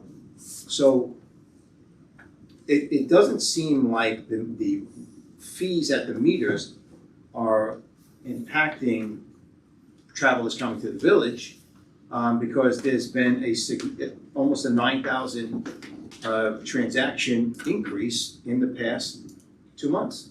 So how do we get, because if you take that data, and then if you look at the proposal that you have, which I understand, the way that you have it structured, it's $885,000 approximately.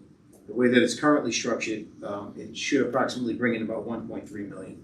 So that is a $400,000 gap. When we see transaction numbers are up, how do we put a $400,000 hole in the budget?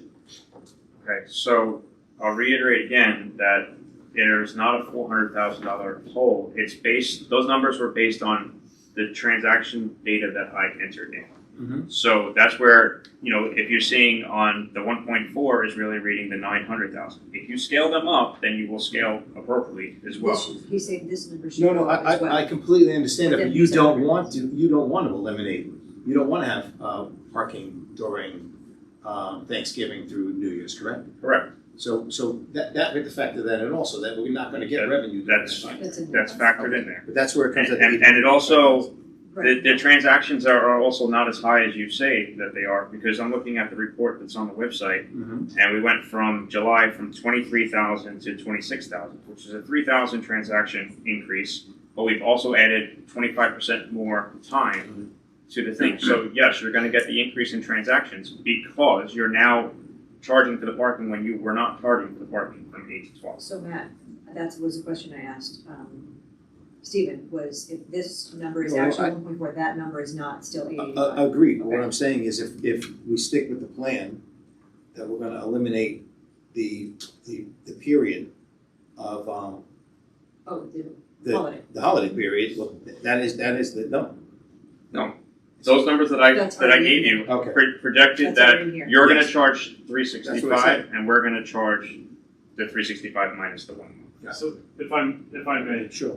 James, and he didn't have access to this table, but we had sat down a few months ago and we were going over a year's worth of transactions and I plugged this tier in, and at the very lowest end, the worst case scenario, you're looking at 600,000 would be the revenue. That means the 2-hour parkers all go to 1 hour, none of the 4, 5, and 6-hour parkers go to 12. They all just stay at the 3. Like worst case scenario would be 600,000. That's with losing all of December and the week, if it's a week after Thanksgiving. Best case scenario, you're looking at 1.808, 1,080,000. That's if all of the 2-hour parkers go to the 3, and then the 4 and the 5-hour parkers go to the all-day rate. So somewhere in the middle, I think somewhere around the 800,000 is probably a pretty good estimate that James has come up with for year-round with that tiered rate. So what would be the differential between what we currently have at $2 and James' rate? If we compare apples to apples, 10,000. stretch it out through the whole year. It's 10,000, approximately. Based off of with losing, our current model says it's gonna be 1.3 million.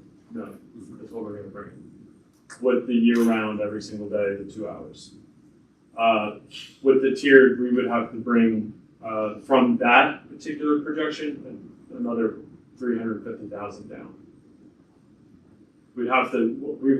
My recommendation would be in line with James, it would be project somewhere around 850,000. And then when you add Danfords in and the other 20, you'd be looking at 920 for the entire year. That would be, I would agree with James on that projection, based off of the worst and best case scenario numbers. Trustee stated it appears that we would need express written approval from New York State DOT to regulate charge for parking arrangements. Thank you. So possible, but a hoop or two. It was important that when I made these calculations that I got the per hour data from Stephen, which I did, which was only available for those 3 months. And that's why I did those 3 months as the baseline for entering in transactions. It's impossible for us to come up with what you're going to bring in for the year because we don't have any data from January, February, or March, ever. So you can sit here all day long and project that this is what we think we're going to bring in. We have no idea what you're going to bring in. And I can tell you right now, there's no way that 1.4 number hits no matter what way you do it, even if you went back to the $3 an hour. That's just the reality of it. But like I said, my job was to compare the $2 an hour versus the tiered plan, which is what I showed you. All those charts are accurate. Again, you would just have to scale those numbers down. If you increase transactions, you're going to be increasing that on all 3 categories. But I'm not going to sit there and promise that you're going to bring in $1.4 million because that's not according to the transactional data that I have. I have a question about the system we use. So is it limited if someone, uses or, purchases the 1 hour? They're limited to that time, can they renew?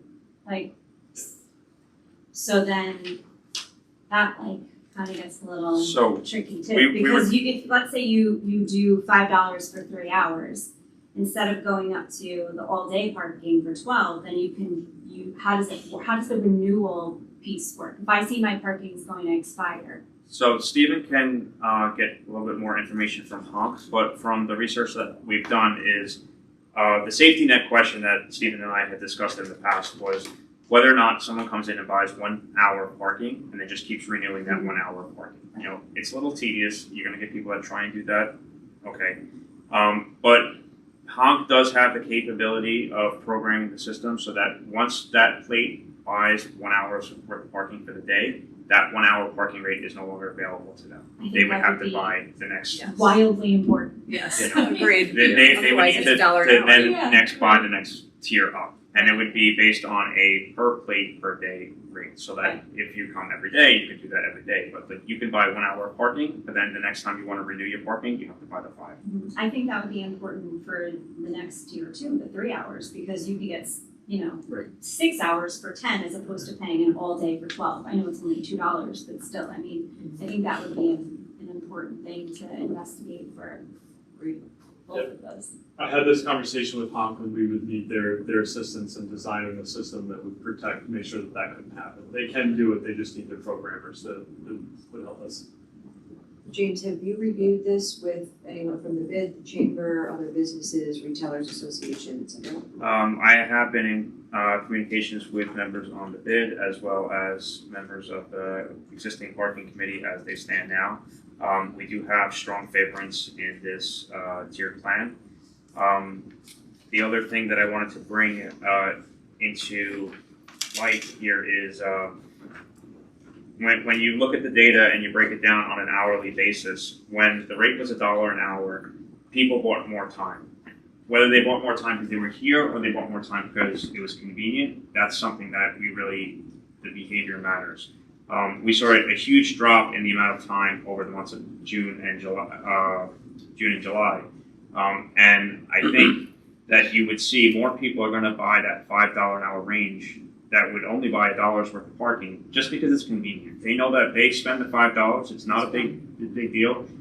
We're going to get paid for extra parking that's not being utilized. You're going to see in the long term that you're going to have an increase in behavioral change, and you're going to be able to promote this as a friendly environment in this plan. Yes, I agree with you on that. Back to my other question about reviewing it with the other organizations, did you have any opposition? And if so, what was it? We haven't had any opposition. Everybody asked for $1 an hour. We know that $1 an hour is not reality. So now it comes down to, well, how can we get $1 an hour for the customers that need it and not for everybody? And this is what we came up with.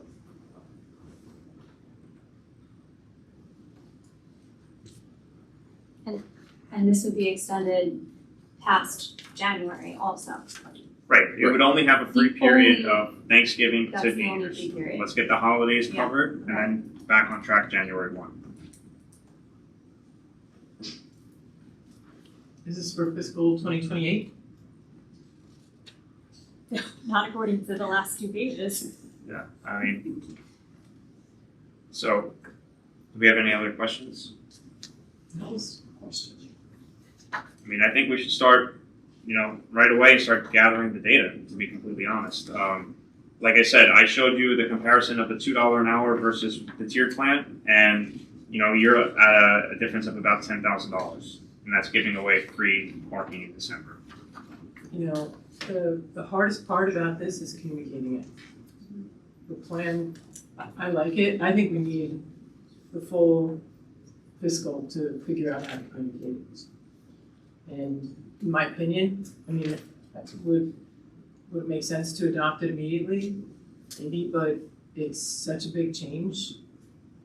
And we're already budgeted. This is not going to change the amount of money you bring in from what we changed at the last meeting to what this brings in. You're gonna be pretty much apples to apples. Well, in that. that's actually not true. If we have that period where we shut it off, that's where the difference is gonna be. I think it's germane to the discussion to also talk about, because I review literally thousands of parking disputes a year. And a lot of the bulk of them stem from lack of communication.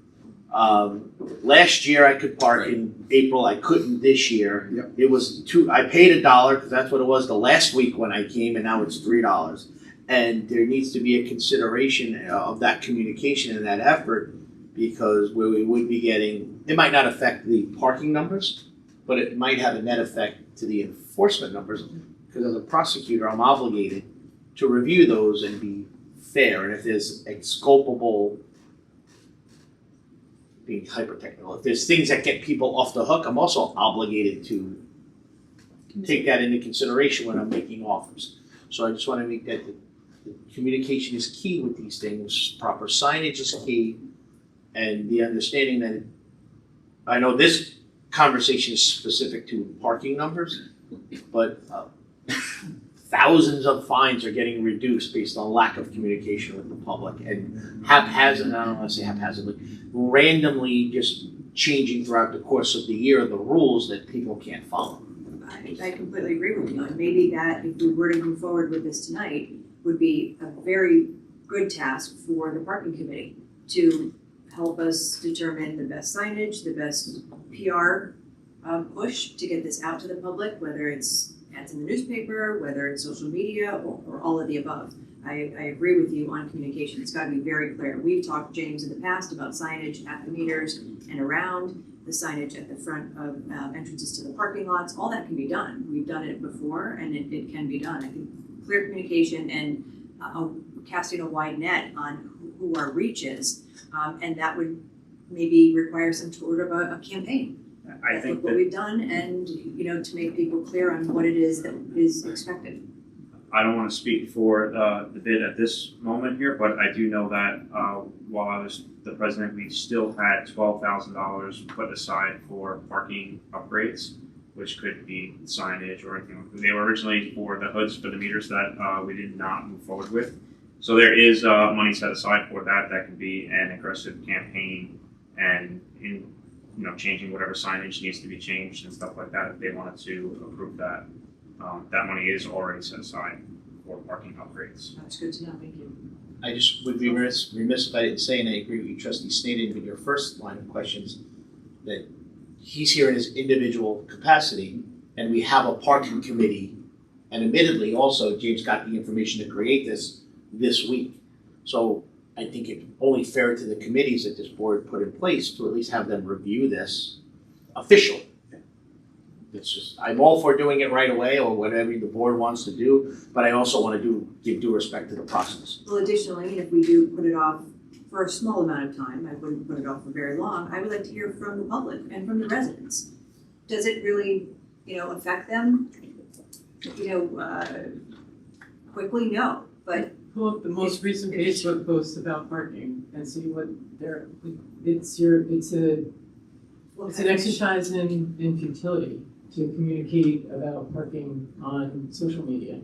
Stephen, if we did. wait a second, that's not what I'm saying. I'm saying that we ask the public to come to a meeting. So give the parking committee time to review, and I'd like to hear from the public. I never said social media, come to a meeting. Let the business owners come. Whatever, that's fine. I would like, that we represent the residents, right? Ultimately. Would you like to speak, Mayor? Go ahead.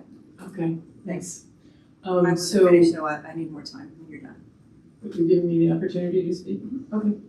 I'm worried about our staff as well, and the resources that we put against this, and the influx of questions, and the signage that has to be made, and the cost to the signage, and maybe it puts that up, but we don't know that yet. I feel like we need time to contemplate it and time to roll it out, and roll it out for fiscal 28. And I think the work that you did, James, is incredible. I wish we had taken a look at it before fiscal 27 was adopted, and I'm not necessarily talking about the apples to apples and the numbers. I am talking about the enforcement and the way that it impacts, it doesn't really impact residents because they don't pay for parking. It impacts the people who get tickets written on their decisions about how they pay for their parking. So that is what I'm advocating for, is a rollout timeframe. Done. Can I finish my original statement? Thank you. I would like to hear from the residents. Like I was saying, it doesn't affect them quickly and directly, but if it's hurting the businesses and we lose businesses, it ultimately affects the residents. I'd like to hear from them. I'm talking about in a public board meeting when the public can come speak. Let other businesses come. Let us hear directly from the bid, the chamber, whoever may want to or may not want to speak. If they know we're considering this, let's hear from more people than, no offense to you, but one business owner. And I do appreciate this work. This is very comprehensive and very clear, and I thank you for that. But I want to make sure that we're hearing from everybody, so there is no, if this were adopted, the following meeting, we have people come forward and say, this isn't working, this doesn't work for my particular employer, or my particular customers. I would like to give a small amount of time to hear from everyone. Steve, let me ask you, timeframe. If we were to do something like this, what would it, how much time would we need from Hum? I can't answer, I don't have that answer. Trustee Julian, I don't know. I would obviously start the conversation immediately. And then obviously the other aspect of this is how it would affect the budget. And if with the tier, with the pretty down the middle projection, we'd have to cut the current budget $520,000. Or come up with $520,000 of additional revenue. So, I mean, right now, as part of my work session, we discussed that there's a budget amendment to bring it down 101. That's offset primarily by additional revenue with enforcement in the off season, and then a couple minor cuts to the general fund budget. The 520 is an entirely different animal, which would take a lot of research and conversation with the budget and finance to figure out how do we plug that hole. The other important thing that I want to bring up, and James, I think months ago, or it might even be a year ago now, when he proposed something, is he was advocating for consistency. So we can't keep on, $3, $2 tiered back to $2, $1. If we're going to adopt this, we have to say yes, we're going to stick with that. We have to, stay consistent for a while. Right. But I agree that as the liaison to the parking committee, we should really analyze this and really take a hard look at it. Get the parking committee together and then come back. And again, we can always come back and look at and discuss it. But a $520,000 hole in this budget, and it's going to put up next year. We're going to start with a $520,000 hole going forward. That's a big number to make up. That means and I don't want to say that's cutting services. That's that's hard to make up $520,000. So that $520,000 that Stephen speaks about only happens if the people that were buying more than 1 hour went down to 1 hour. So my question is, and I think it's a very valid question, is if someone's buying 2 and 3 hours worth of parking, why are they going to all of a sudden only buy 1 hour now? No. Stephen, can you answer that question, Steve? No, that 520 reduction relies on a $920,000 projection, which I think, James, you said 850, 875 in that range. I was in agreement with you on that projection with the tier. That they all went, the worst case scenario would be 600,000, and the worst case scenario would be an $800,000 reduction in the budget. But I don't think that would happen. I think realistically you're looking somewhere in the middle. So that's where the 920. But 920 from 144 is 520,000.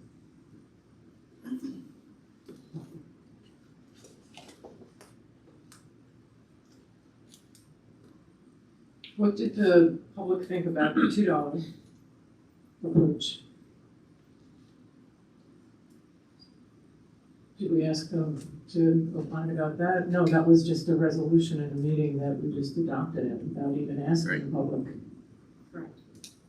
Well, but I think that was because there was an outrage over $3. Correct. So I think that was We heard response from to them. that. Yeah. In our own ways. No. We've heard, and I heard from many business owners, many business owners, that the major issue was the $3. And could we make an accommodation on the $3? And that's what we did. Similarly to the plan that you wanted to put forward, Mayor, with the $1.50, we didn't speak to the public. You didn't even speak to the board members. So we only found out about that the night before you presented. So And what again, kind of deficit would the $1.50 have put in the budget? $301,000. I want to reiterate too, when you guys changed it down to the $2, that only affected the weekend rate, and it only affected the 3 days of the year, but it also took away 4 months of free parking that we had. Well, that was also proposed at year round, the $1.50. I'm not talking to the $1.50, I'm talking about the $2 versus when we had it was, the plan we had before that, even at the $2 and $3, we still had the free parking in the winter and we had free parking during the week. So by lowering that rate, that $1 an hour for those 3 days a week and then taking away 4 months of free parking, I don't think that was a win for anybody. well, it was a win, and it was a compromise, right? I think if That's not a compromise. That's James, allow me to finish. Sure. You can speak all you. It's a compromise. If we have a negotiation and you and I both leave unhappy, that's a pretty good negotiation, right? So what we did was we had a situation where the mayor presented $1.50, and that was a $300,000 budget hole for this year and going forward. We said, we spoke to business owners. We said $2 on the weekends was really the biggest issue that I heard from consistently. So we addressed that issue. And when I spoke to the treasurer, we figured it was about $100,000 shortfall, and that was easy for us to fix now and going forward. But to look at a $300,000, $400,000, $500,000, $520,000 deficit. It's nobody here wants to charge parking at all in the community, but it's a necessary evil for what we're doing. And again, just to go back to what we discussed earlier when we met, we just put $125,000 into the salt meadow lot. There are plans to update these parking lots as we should. We need the revenue to do that. So I can't in good conscience tell the residents that we're gonna blow a $520,000 hole in the budget. We just can't do that. It's not fiscally responsible. I'm glad that you brought up about the $125,000 worth of improvements into the salt meadow lot because that went into curb work. The curbs were fine until the outside contractors came in and destroyed all of the curbs over the wintertime. They should have been responsible for that money, and that money should not have come out of the parking fund. Also, to say that you put $125,000 back in after taking $900,000 isn't really speaking much either. I mean, that money is supposed to all be going back into parking improvements. I know that's not the conversation we're having here tonight, but that money is for parking lot repair and maintenance, and it's not for the budget. But if that's the game that we're going to play, where we need the money for the budget, then we need to play fairly. And like I said, decreasing that $1 on the weekends and then taking away 4 months worth of free parking, ask any business owner around town that once November comes and they realize that that's what happened, nobody's going to be happy. Stephen, have you done any projections on the fee increases through the planning department that we reviewed earlier today? I have. When I was going through the budget process, the anticipation was that those conversations would have been had earlier, so they're already kind of quasi-built into this revenue budget. And planning, zoning, fees, and permits.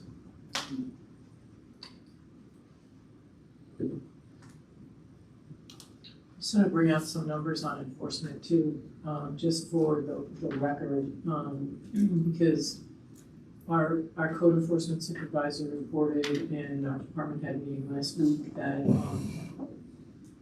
there have been some, assumptions that the number of tickets that are being written are like crazy. And by looking at our attorney's files, they do look like there are a lot of tickets being written. But I just wanted to put a little context around it by the numbers, year over year. And month over month, just looking at May, June, and July. Did Stephen? Darn it. So In May of 2023, 34 tickets were written. In May of, and we all know, enforcement has been an issue with metered and managed parking from day one. When I was mayor, it just is, it was apparent. So in 2023, 34 tickets were written in May. 1,121 were written in May of 2026. In June, there were 10 written in 2023. In June of 2026, there were 846.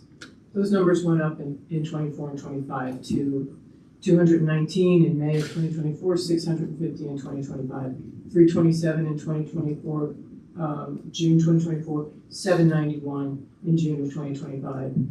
And in July of 2023, 167, 401 in 2024, 783 in 2025. That was 864 tickets in 2026. The tickets, the important numbers are like per day, so, and then per hour. So how many tickets are our code enforcement officers writing? So per day in May of 2023, 1.1. In June of 2023, 0.3 per day. In July of 2023, 5.4. Those numbers in 2026 are 36 a day in May, 28 a day in June, and 27.8 a day in July. That comes down to 3 tickets per hour in May, 2.3 tickets per hour in June, and 2.3 tickets per hour in July in 2026. It's not, what it is it's this is now enforcing our metered parking. And are there tickets written that are, challenged and the challenge is met and they get rescinded or bargained down? Yes. But when we're looking at, so when we're looking at the numbers go down, May, June, July, in May it was 1,121. It's in people are learning, they're understanding that they have to be compliant with metered parking. And so the 2.5 hours per transaction, the metered parking enforcement, it's working. So I don't know if anybody wants those numbers. Those are good numbers. Our code enforcement bureau is doing their job in the enforcement. But it's not excessive. And it's that, if you look at the per hour tickets per hour, violations per hour, no, it doesn't seem excessive. Some complaints that I've gotten on enforcement, one was from a local business owner. He had parked with his tire, he said about an inch on a line. He got a ticket for that. Those are the kind of tickets that I think we're possibly being a little extra aggressive on. If you're over metered, if you're not paying the meter, I understand that. But when you hear things like that, that's where I think training and maybe a little relaxation could help with the culture. If you paid whatever it is, who's in charge? It doesn't matter. If you pay for your parking and you're 5-10 minutes over, to get a $50 parking ticket because you're 5 or 10 minutes over, you may be waiting for an order, you may be waiting to check out. I believe with enforcement, there should be some sort of a grace period, not at 12:01, you're handed with a $50 ticket. And that's where I'm hearing the complaints on enforcement. I see the messages going out on when to work to address those issues. There is some leadership going on there that is, saying, hey, make sure you're not doing that. Yeah. The mayor is correct, that they are working on that right now. I've spoken to several of the code officers, and Kevin has really been diligent on kind of saying, give a little bit of a grace period, be a little graceful about this. So there is a transition in that department right now. And I could also tell you, in the event that they don't, I certainly take it into consideration if they challenge the ticket. Listen, I was waiting for my food. I left at 12:01. I was on my way to pay the meter. That meter was broken. I had to find another meter. I tried to do it on my phone. My phone ran out of everything. Everything's taken into consideration if they challenge. If they have a legitimate gripe with the summons, and it's very rarely kept at $50.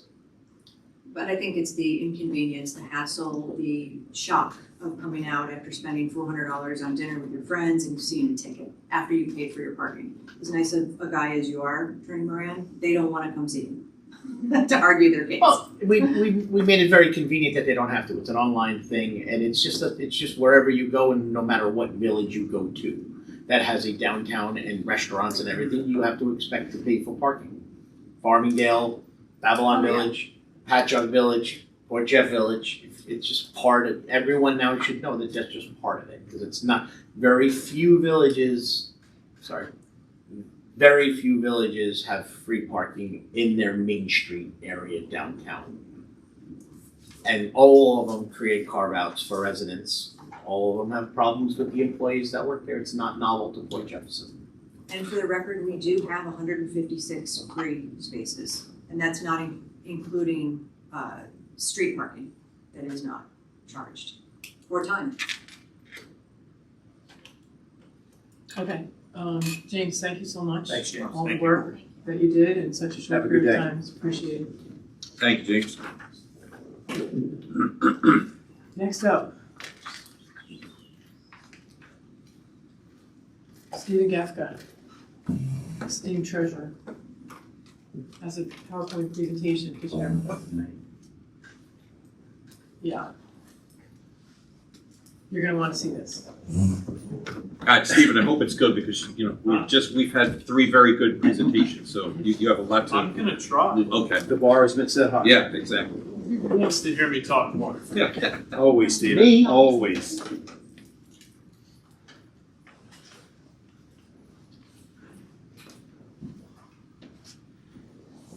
I moved to see it. Mhm.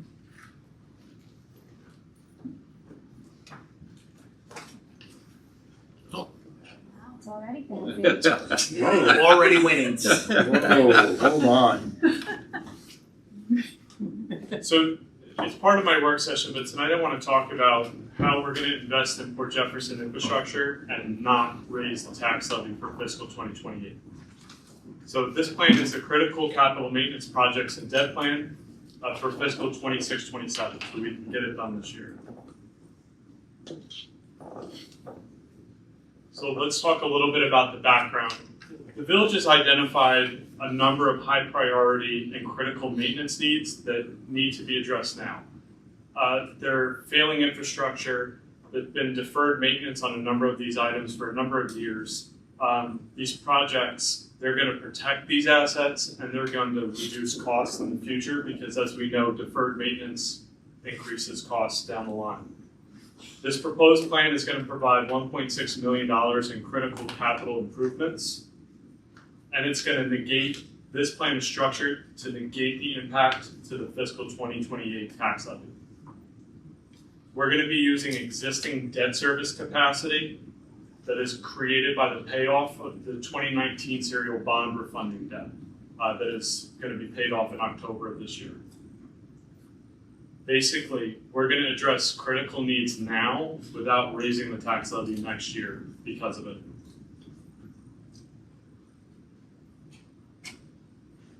So several of these infrastructure projects have reached critical priority, and we'll go through those on the next slide. We're projecting about $1.6 million in necessary capital work. And delaying the projects, as I said before, delaying these projects is just going to increase the price down the line. Nothing gets cheaper as time goes on, it just continues to rise. The serial bond refunding is paid off. So now we have additional debt service capacity. Just for example, in fiscal 2027, the serial bond refunding payment would total $398,000 for this year. So that is the capacity that we're talking about that is now freed up for fiscal 2028, which is going to allow this plan to proceed. A 5-year, $1.6 million ban is what we would use to fund these projects. And it will not increase, I can't reiterate this enough, it will not increase the fiscal 2028 tax levy. So what we're doing here is a very strategic choice is that we're gonna use existing financial capacity to address critical maintenance rather than defer the work down the line and increase taxes in future years to do it. We have the need now. The funding opportunity is here as well. We should take advantage of it. So let's talk about the projects. The first one on the list is a salt shed remediation. This is up at the DPW barn. There are a number of issues that were identified years ago with the salt shed. The projected amount, this is based off of an estimate, and I spoke with DPW today. The initial estimate was about $140,000 about 3 years ago. The cost of steel and everything else has gone up, so we're projecting $250,000 to remediate the salt shed. The second project is the salt metal lot curbs and paving. Now, to be specific, this is the entire parking lot, including Rosner, Mill, and this pocket lot across from Rubo. Everything.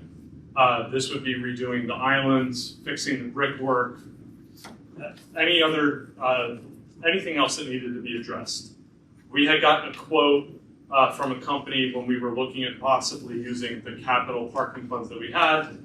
That quote came in to just do half of the lot and only one of the lanes from Rosner to Barnum at $196,000. So this is where we're coming in at the $650,000 number. That's to do the entire lot, all of the paving. That's where that number would come from. The next project would be the Mariners or the Gap lot, to pave that entire lot. What wasn't already done over by where Tommy's restaurant is. We had gotten a quote 2 years ago that was about $101,000 without the striping. The costs of paving and asphalt have gone up. Speaking with DPW, speaking with Suffolk Paving, without coming up and doing an exact estimate, which is what would happen later, they said about $170,000 to redo that lot. Dickens pole light purchases. We have a number, and if you drive through the village, you can see them, a number of Dickens pole purchases, Dickens pole lights that are in need of repair, remediation, that haven't been hit by a car, which we try to do as much as humanly possible to get insurance and to try and recoup that money so that we can replace those. But they're aging. The paint is wearing off, the lights aren't working, the electrical is a problem. We have a quote from Spring City from a year ago. One light, which they've made all of our lights, is $5,600. Wellsback, it takes $1,400 just to redo the wiring and the install. So each one of those is just under eight grand. So this would provide at least 10 lights, and it's not just a drop in the bucket, but there are a number that have been identified by DPW. The next project is street lighting on the northeast side of the village, including Winston and the Riviera. This is a very high critical problem because there's a number of lights out. I know that the residents have been really vocal about what this has done for the quality of life in these areas, and DPW is working with our electrical contractors to identify what the issues are, and a lot of it's underground. It's just failing. The underground lighting is failing in that area and it needs to be addressed. So we're looking at $250,000 for that project. And then one we talked about just last month, the replacement of the geothermal HVAC units at the Village Center. Had a quote from Central Air in March when we were doing this budget for $229,000. Central Air system. Okay. $229,000 to replace all 14 units at that point in time. We replaced one of them on an emergency basis, cost $29,000. So we're projecting $200,000 to do the other 13. They're failing. They're past their useful life. They're 18, 19 years old. Central Air said that it's about 15 years useful life max for these HVAC units. So we're on borrowed time. So all of these projects add up to $1.6 million. So let's talk about the funding plan. Proposing using a $1.6 million band that we would repay within 5 years to get this done. Because the 2019 serial bond refunding debt is now paid off, this debt service would not increase the fiscal 2028 tax levy. on top of that, there will still be available debt capacity in this year and next year for any additional needs that could possibly arise. For the parking projects, we're gonna reuse what's already budgeted, the 125 that we just talked about earlier, that's in the budget. We would reallocate that to pay the debt service to do the two major capital parking projects.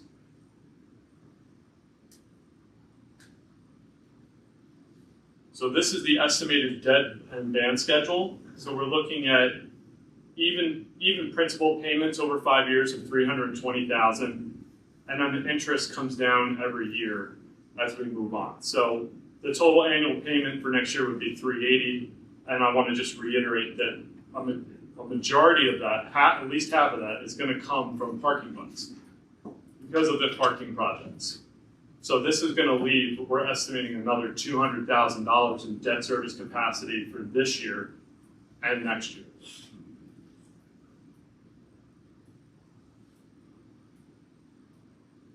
We ran this plan past the Budget and Finance Committee, and this was their advisory opinion, that after thorough review and discussion, the committee recommends adopting the capital projects and debt plan presented at the last Budget and Finance Committee meeting by the treasurer.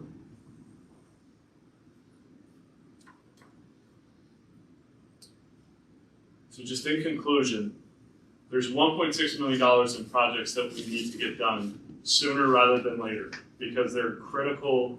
We have failing infrastructure. We can't defer the maintenance any further. It's just going to increase the cost exponentially down the line. We have debt service capacity where we could borrow this money this year and not affect next year's tax levy and have money left over for additional borrowing should the need arise. It's going to be financed through the 5-year ban. It's not going to affect the tax levy next year. I'll say it just one last time. And it's going to preserve our debt capacity for anything else that comes up. So with that, I will open it up for any questions from the board. Stephen, can we talk about the salt shed? I actually went and looked at it after I saw the presentation when I was at the Budget and Finance Committee. Is that a complete redo of the salt shed? Can you break that down for us a little bit? Are they just changing the top? Are they changing the concrete retaining walls? What are they doing there? My understanding is that it's based off of a loose estimate. If we were to move forward with this plan, Yes. We would need to go out and either find a county contractor, a state contractor, or go out to RFP to figure out what exactly needs to be done. But the main problem, if you have any other information, Mayor, if you want to speak on it, but it's like deteriorating. The salt, the top is deteriorating, and it needs to be entirely replaced, and that anchored to the concrete that's around it all needs to be repaired as well. Yeah, I went there and I saw it. So the channeling is rotting from the salt, and so is the So when the salt is laying on the walls, it's actually eroding the walls. And what it's done is it's eroded the channeling on it. So it looks like we've made repairs to it at some point because there are shorter pieces on it that looks like we've done some repairs on that. So my question about just the salt shed, did we go out and should we go out and get an estimate to repair what we currently have? Rather than going out and, because I did some rough estimating on it, to repair what we currently have, could be around $50,000, not $250,000. So would that be a good idea? Let's us look into at least repairing what we have with the salt shed. The observations that have been made, and Bob, you can weigh in on this too, is that the initial construction of that salt shed, when it was built, I don't know, 5-6 years ago, maybe 7, it was done by a landscaper. Correct. And Yeah, I know. okay, and it wasn't really done within. I mean, I'm sure there's code that has to be applied when you're building a salt shed, and the code, it didn't comply with code. They had to repair it immediately. So what I think we have the liberty of doing is going out and getting some real quotes, finding out how much something like this would cost, and repairing it. Is like putting to MacGyver this one is probably not a good idea. It's really, well, we can disagree on that, because really you just, the repair, the replacement of the upper portion of it is this, basically the same thing as doing a repair. You cut the lower section, you put new channeling in, you attach new aluminum, and then you treat the aluminum. But again, I'm not against it, but I just think we should also look at the repair option for this, to see if there is a way that we can salvage it and repair it. The other thing I can tell you is we're currently out of compliance with the Suffolk County Department of Health. So we're sitting with a violation right now. For the salt shed. For the salt shed. Stephen, could you please put that page back up? So Matt, just to, the past two, the previous DPW supervisor as well as the current one, I've talked to both of them, and they both were reiterating the need for replacement. I mean, Steve Gallagher, that was one of the last things he said before he retired. He said, no, we need to replace it. It was one of the first things he said to me when I came in. But having said that, I mean, if we do proceed with this, if we do go out to bid, I mean, I think that could be something that could be included with it, and we could weigh the two. But like I said, both of them have said, it needs replacement. And thank you, Trustee Giuliano, because part of the next steps, which what maybe should have been a slide and wasn't a slide, that if the board agrees with the concept of this plan, well, the next steps would be to put together the actual estimates and to go out for a bond resolution based off of the actual estimates. And if we were to go out to an RFP and the numbers came in lower, the board will authorize up to a certain amount. If you need to borrow less, you will borrow less. You wouldn't borrow the full amount just to borrow the full amount. You'd borrow exactly what you need. So if the salt shed came in and it was $50,000 or $60,000, you could then go, all right, we don't need that $200,000. And what it does is it preserves $200,000 potential debt service capacity in future years. So then you can look at next year and start planning for next year's projects.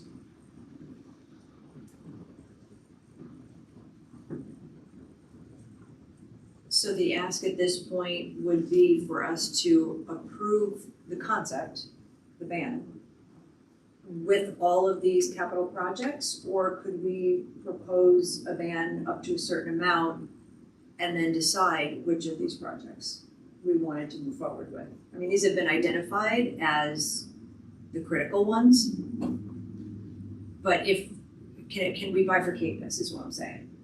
If there are additional ideas or needs that the board would like to have estimates on, we can certainly bring DPW into that and look at the entire plan. This was what DPW identified as the main priorities, that they thought this is what needs to get done this year if we can.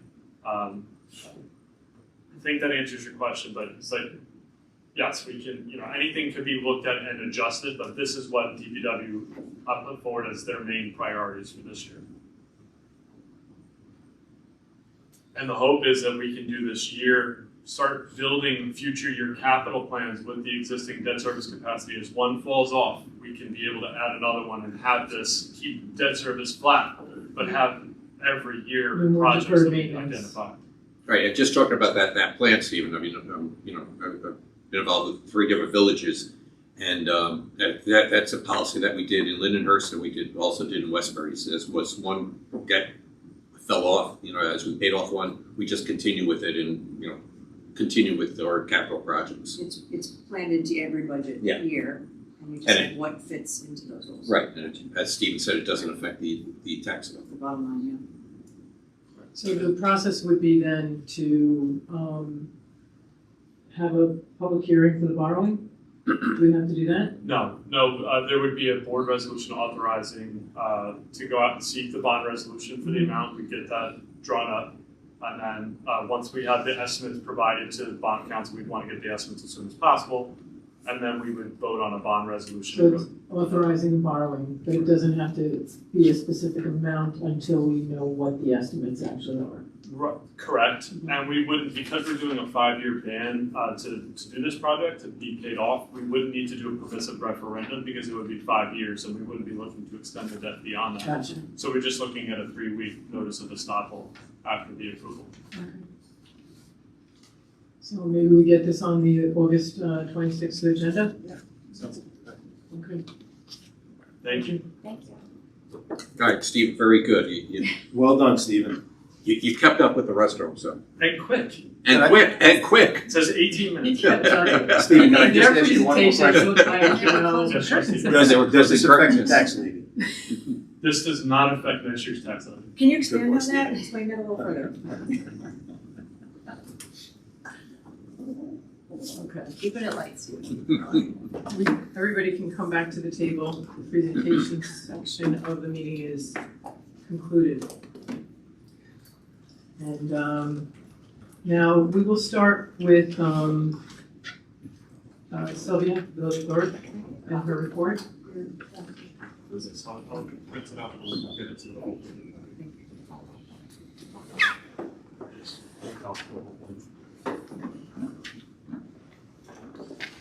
Thank you. I'll endeavor to be as brief as possible. I'm going to start from the end, just to let the public know that we have an add-on resolution this evening based upon the presentation that we heard from our fire marshal. And that will be a resolution to schedule a public hearing for the local laws in chapter 139, which, as we already stated, would require some voluminous changes to our existing. So back to the beginning with announcements. The Oyster Jamboree is scheduled for this Saturday, 15th. The rain date, which, knock wood, doesn't seem like we're gonna need it, is the 16th. Our next upcoming Board of Trustees meeting will be held on the 26th, and that's an agenda meeting that starts at 6 p.m. Regarding the election upcoming for 2027, the clerk's office, in conjunction with our election council, is exploring options to not use the machines that we currently have because we are concerned about their reliability and stability, and we're looking at other ideas. And this would be to count ballots instead of hand counting, as we did last time, even though the hand counting worked out extremely well and was efficient, and thank you to that team, because that was extraordinary work. It took a very long time. So we're exploring options for that, and I'll report on that further as we get further into the process. And just speaking still of elections, New York State Board of Elections has mandated a reporting regarding voting and elections on a specific database, and it is quite an onerous task. The deputy clerk and I participated in a webinar because New York State is asking for voter information, our village information, and a lot of information, a lot of requirements that need to go into their database. All this needs to be completed by the 1st of January upcoming. So this is brand new and applies to all elections. I don't believe it applies to March elections that occurred in this year, but from June on. So that definitely includes us. So that's something that we're working on above and beyond. We have 3 employment opportunities open right now in the village. They are all labor positions. 2 are in the highway division and 1 in the parks. The clerk's office continues to work very directly with our grants consultant specialist, and also takes a lot of time and effort to work on civil service tests, I would say daily. In terms of training, for our employees, Josephine Castelli completed the DEC 4-hour class for SWIP management, which is Stormwater Pollution Prevention Plan. And so we'll have a resolution to ratify her appointment as a SWIP officer for the village, and thank you, Josephine. Kelly Riley in the clerk's office has taken a notary class and will be following up with a notary test very shortly. We have 6 resolutions this evening. Resolutions number 1 and 2 correspond to my earlier comment about working very closely with our grants administrator, because these 2 are pursuant to grants that are applied for each year. So number 3 is what we just spoke about with Josephine. Number 4 is from the treasurer for a color copier for the 2nd floor of this building. Number 5 is to adopt corrected minutes, the minutes of the emergency and special meetings held on June 30th and July 2nd, needed correction. In one case, it needed to properly show that Trustee Franco was participating remotely. We hadn't had that. Another showed a vote count of 4-0 and it was 3-0. So those are corrections made to those minutes, and those minutes are attached to the packets. With that, we have resolution number 1, 81226, resolution reappointing Chris Ryan as docent to the Drown Meadow Cottage Museum with an allocated disbursement not to exceed $1,500 per grant year for services rendered, and authorizing Mayor Shepherd to sign the independent contractor agreement between the Village of Port Jefferson and Chris Ryan. May I have a motion? Motion? Second? All in favor? Aye. Resolution number 2, 81226. Resolution reappointing Mark Sternberg as curator and historic contributor to the Drown Meadow Cottage Museum with an allocated disbursement not to exceed $1,500 per grant year for services rendered, and authorizing Mayor Shepherd to sign the independent contractor agreement between the Village of Port Jefferson and Mark Sternberg. May I have a motion? Motion? Second? All in favor? Resolution number 3, 81226. Resolution ratifying the appointment of Josephine Castelli as the dedicated SWIP, Stormwater Pollution Prevention Plan Officer for the Village of Port Jefferson, effective July 14th, 2026. May I have a motion? Motion. Second? Comment? She's the right person for that job. Josephine is the right person for that job. So, all in favor? Aye. Aye. Resolution number 4, 81226, resolution approving the attached lease quote from Brothers 2 for a Kyocera Task Alpha MZ3501CI color copier with 2nd floor offices in Village Hall in the amount of $149 per month for 39 months, and authorizing Mayor Shepherd or the mayor's designee to execute all required documents related to the lease. May I have a motion? Motion. Second? Discussion? Cost of purchase. Do you know what that is? And the difference? And is there a benefit to leasing versus purchasing? Stephen, is it one of those leases that for $1 at the end of it, we own it? No? Thank you. You don't want to with copiers. I know. That's why I took that. I'll have to pull out, actually, the lease was attached. So nice.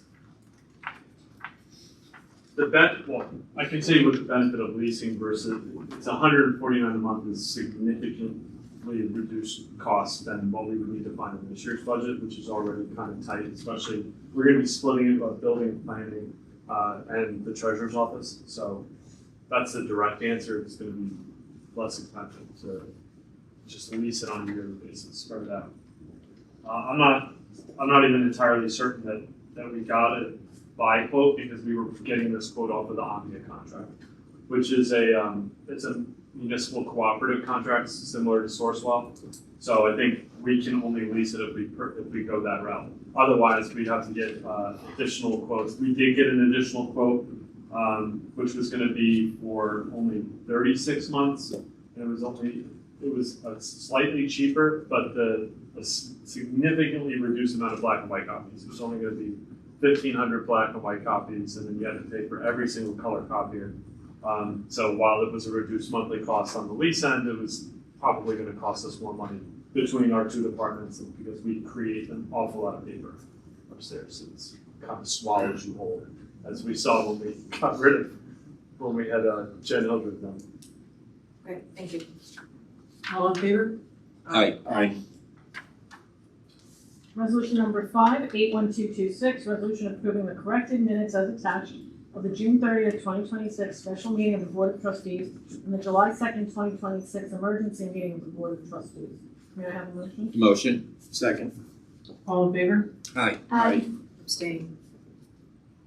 Not present at that meeting. Aye. Yes, trustee, where would you like to abstain? Yes, I abstain. You're welcome.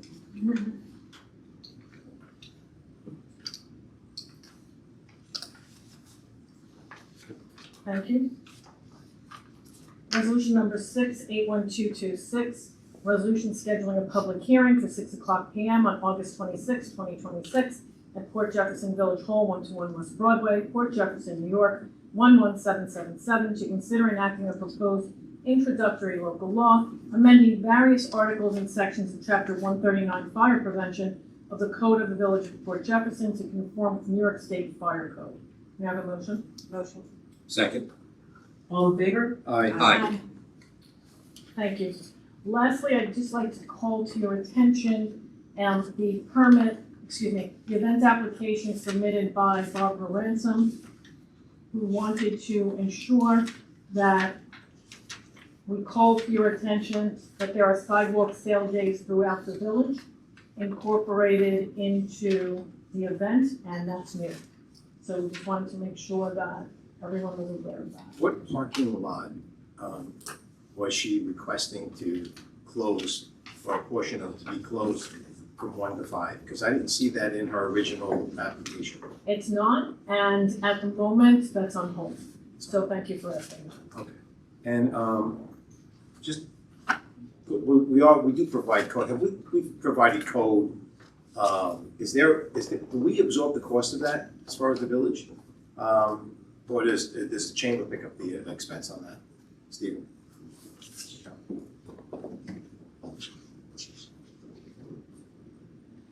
That would depend on the event.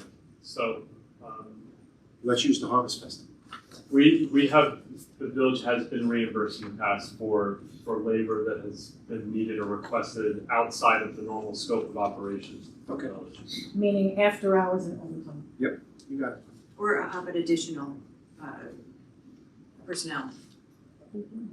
No. I don't believe we've had that circumstance yet. Are there any questions on my report? I just have one. I actually sent in a resolution on Monday for, and I was just wondering, it didn't make it to the agenda. Is there a reason why it didn't get onto the agenda for tonight? That was the resolution, trustee Franco, that you sent to me, and that was added to the chain when the question was asked what the procedure was. Well, no, yeah, it was it was the parking committee meeting, so, I mean, I could do it as a motion right now, I mean, whether or not we could do it as a resolution. I just wanted to answer why it wasn't added, Okay, because it was, you put it on top of the email where we explained proper procedure, so it was clearly outside. So I didn't know if you intended to bring it up as part of your work session for okay. voting on the 26th, to stay in Or- proper procedure. Or I could do it tonight as a motion going forward. It's, should I do that now, or would it be best that I do it during my, Is my report concluded? or should I Does do it anyone when I- have additional when I- questions? I'll do it during my report. All right, thank you. So Thank you. I am gonna ask another question about the wellboat, because we have an event coming up that I think we are expected to be taking ownership of the wellboat. Was that resolution did not find its way into the agenda, but what's the status of that? I think that. Legally, I believe the whaleboat is complete. I responded to a question earlier in the week in reference to the agreement itself, which spoke not only of the donation of the whaleboat, but any leftover lumber associated to be donated back to the village, if any, as well as the floating floor, I guess, that they used to build the boat. Sounded good to me. I don't build boats, so I don't know what any of that means, but I can only read words. And pursuant to the agreement, once it's complete, they can donate it to the village, and I Do you believe need that to accept it by resolution? the agreement already says The MOU? that we get it. Mhm. The memorandum of understanding that once it's completed, to be donated to the village. I don't think you need a resolution to accept it. We can't not accept it. We already have an agreement to accept it. Mhm. But that was my only two questions was there any other material left? Because the agreement speaks of the floating floor and the excess lumber. So did you have a conversation with the folks at the Bill's Boat Shop about the floating floor and the excess lumber? No, not yet, no. We should do that tomorrow. Okay. Because they don't have insurance for the boat anymore. And it's participant in the, it's a participant in the, quote unquote, in the Oyster Festival. Jamboree and Frolic. Is that something we would have to add to our insurance? Or is it just under our all of our assets, does it have to be appraised? If we take ownership?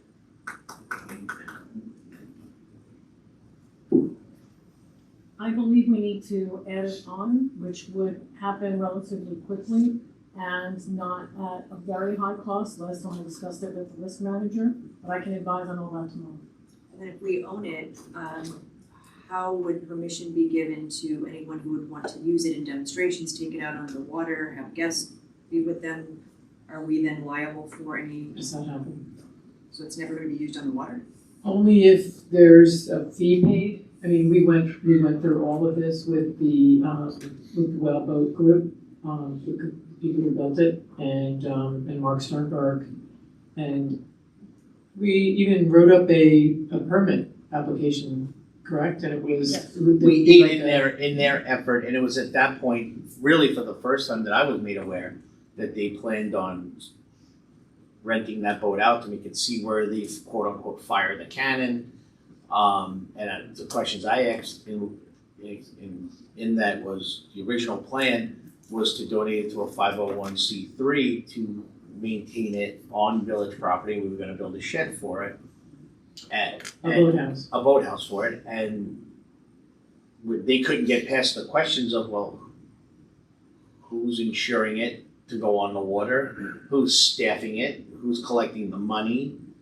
They just built a boat. Who's trailering it? Who- Who's staffing the Those- boat, the It was my truck? understanding it was them back when the initial discussion was had. It's not in the MOU. Not, But that- I the mean, MOU changes. doesn't discuss anything except when it's done donating it to the village. At some point, and I'm not sharing privileged information, they took money from Gardner? the Gardner Foundation, which someone in their group was told by the Gardner Foundation that, whoa, we don't want you to give it to the village. If that's the case, you might have to give us our money back. At least that was their understanding of the conversation.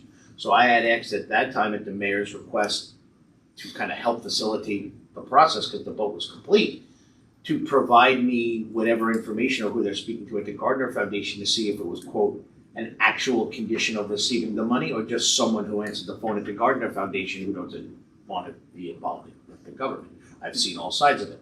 They never produced that, and then I asked, well, when that happened, there was an arrangement with a 501c3 to take possession of the boat to house it on village property, and the village was gonna share in the costs to build a boathouse. And then that never came to fruition, along with the grand ideas of putting it on the water, and the conversations even got so germane as to the block party parade, or when was that parade, Fourth It of was July? Fourth of July. Fourth of July parade, because we didn't own it yet. They only have construction insurance. How is it making it into the parade? Who is doing it? We worked those issues out that day, but I guess this is just the end result of that. They can't do much else in their shop with the boat there taking up the room. The MOU says it's done, give it to the village, and my response to them was, you're right, it's complete, and the MOU says give it to the village, but we have to take it. With the understanding that until we're able to properly display it, you can't get offended if we store it somewhere or put it in, a garage or somewhere else until where you have the ability to store it and display it responsibly. So new info since you last spoke. The whaleboat is being stored in the Zamboni shed. And once we're in receipt of it, we will put it into the village center. But we need those, that construction The floating platform, yeah, and the extra wood, to display it properly. So we discussed that I think we discussed that in one of our village board meetings about putting it in the village center. And Renee and the village center folks are very excited by that. Wanted to wait until after the camp was over, which ends on Friday, so we'll be able to put it into the village center after the Oyster Jamboree. But it's a conversation we have to have, but I wasn't sure where we stood in terms of the conversations with Lysak about that. So, Is the Historical Society aware that this is gonna just sit in Village Center and not be used? Historical Society is not Historical. associated with this. I'm sorry, Lysick, Yes, Lysak is very pleased with the idea of having it being displayed but in the village center. unused. I mean, I've had multiple conversations with them when it was being built, that they couldn't wait to get it on the water, and when we have Fire events, that they were cannon gonna fire and all of cannons that, out And and in, and until they now- were asked, how do you facilitate that? Yeah, what about the insurance and who gets to ride in it, who gets to, so there are You need some, a staff to operate it. Yeah, there are You play people reenactors. rowboat, Yeah. I assume they- rowboats. they're figured out. They never figured They it never out. figured You that would've out. seen that. Contemplated in detail. Yeah, and, but it has been on the water, and reenactors have been on it, as well Yeah. as people from Lysak have been on it, so they know how to use it, but I Is don't that think something maybe I could bring to the Conservancy as something that they could look at to maybe fund or assist with? in terms of, Helping with insurance, working with Lysick to have it available to go on the water, I don't know. so It's no longer licensed. What they're giving it to us, it's gonna be ours. So I guess as it's ours, we can do it. and the with the Conservancy Conservancy, was yeah. part of the conversation. Yeah. Lisa and Larry were part of the conversation, so maybe they can update you on where that stands, but there was, and they expressed, not having interest in sort of a brick and mortar participation in this project.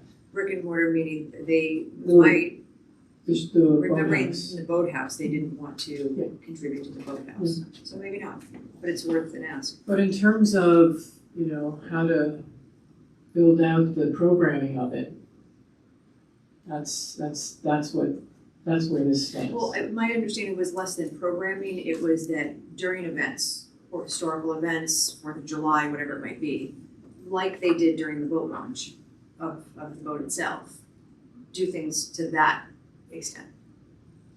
And our historian and the Culper Spy historian have both said that they'd be interested in working on things like that. But as of now, they cannot, legally speaking, because of the insurance issue. Is that, It's not, because it's not owned by the village yet until it is. well, but it will be. Yes. And they can, yeah, Mark is 100% prepared to use the boat as part of his educational programming for, At Village Center, not on the water, just so I'm clear. not on the water. Okay, It's just so I'm no, clear. on that. can't sit on the water, but getting it in and out of the water, you need people to maneuver it, and, yeah, we can't have guests. Trailer, you can't have guests in there. Is there a trailer? Is it on a trailer? No. It's on, we bought it, the trailer has been purchased. It's on a trailer in, Zamboni. And it feels it's like sharp elbows in there, because it doesn't wanna be next to that Zamboni. It's too sophisticated for that. Thank you. So keep me posted on that, because. All right, next up, I'm gonna start with, trustee Franco. Okay. I have a short report from the school district working group. Your vacation is over. We're going to be reconvening in September. But I did attend the school district strategic realignment convention, and I would recommend that anybody who's a resident of the community go on the school district website, review it. It's pretty impressive how they maneuvered people and positioning around in the district and kept almost all of their programs in place. So well done by the school district. Secondly, I reached out to the clerk to get the agendas and minutes from the parking committee, and from what I understand, that there wasn't any to be had at that time. So I'd like to put a motion forward for the parking committee that meetings shall comply with the open meetings law. It shall take place on village property, and that the parking committee will put out an agenda. They will take minutes, and they will be all provided to the village to be posted on the village website. Do I have a second on that? Second. Discussion? Sure.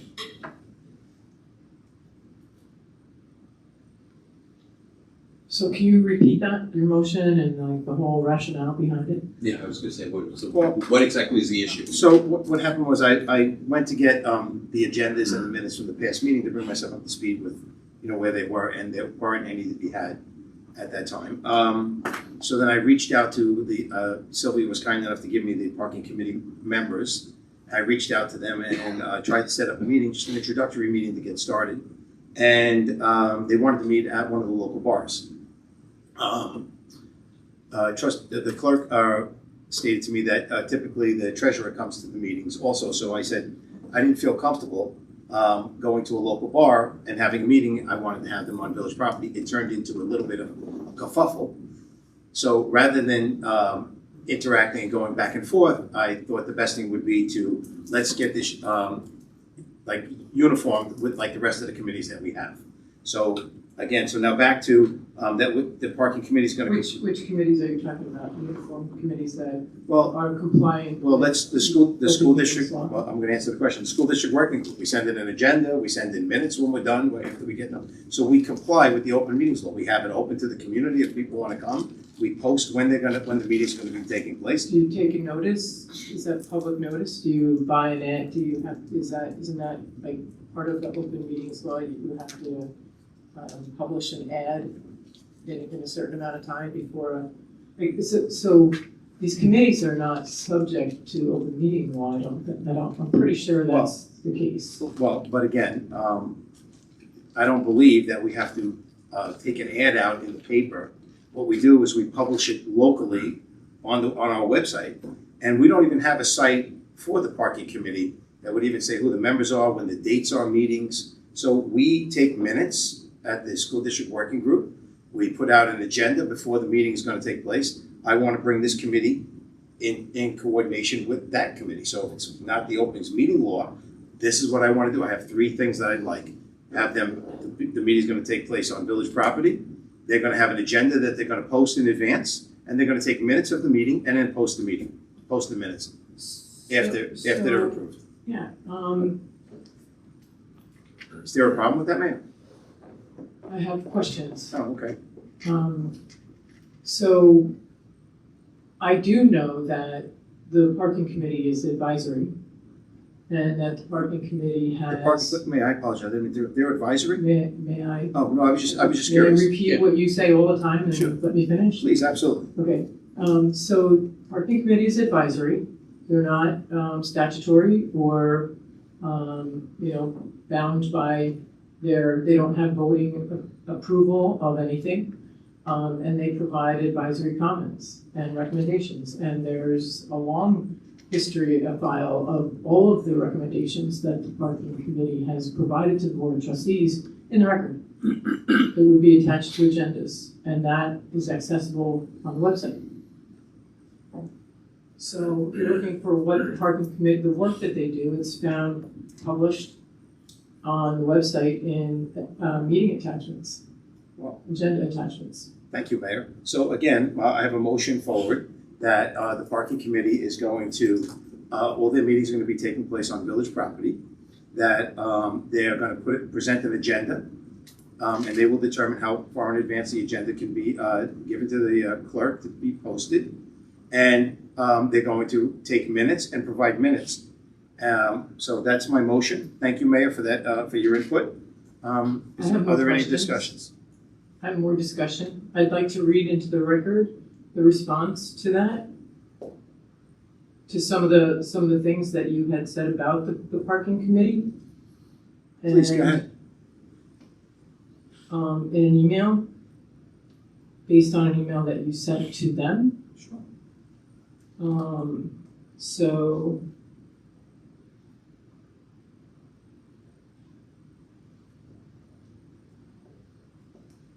first I'll read your email.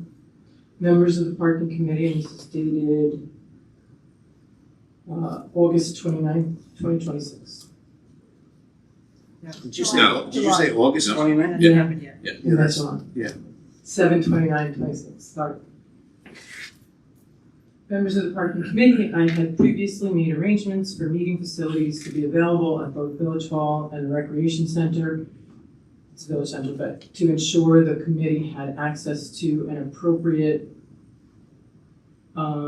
municipal meeting space. The location that has been selected is not acceptable to several members of the parking committee, and I share those concerns. During the last parking meeting, Trustee Hill and Trustee Grinsky raised concerns regarding the behavior of certain committee members, including the use of profanity and aggressive language during discussions with members of the Board of Trustees.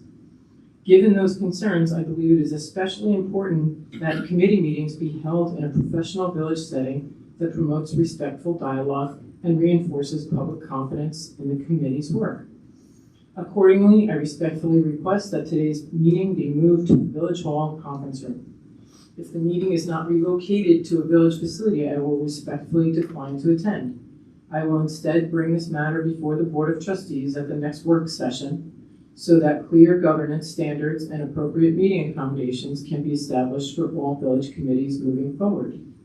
I remain hopeful that we can relocate today's meeting to the Village Hall conference room so that the committee can conduct its business in a professional and appropriate setting. Thank you for your consideration, Matthew Franco, Trustee, Village Board, Jefferson. And the response from the parking committee to that reads, good afternoon, Matt. I know you as Trustee Franco. We do not know any members who had issue with the meeting location that had been planned.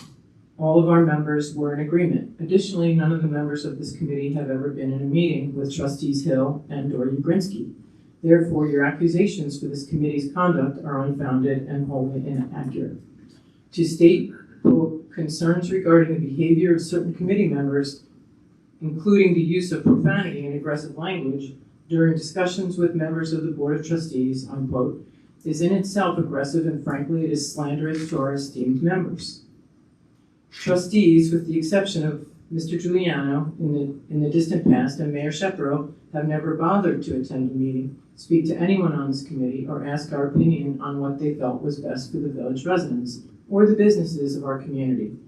Recently, trustees have done as they wish, voting multiple times on parking topics without ever once asking to consult the opinion of this committee, despite the fact that the members of this committee, who are both residents and business owners, have spent countless hours researching tourist trends, parking lot usage and conditions, street parking efficiency, safety protocols, and working to meet with village building owners, managers, and businesses.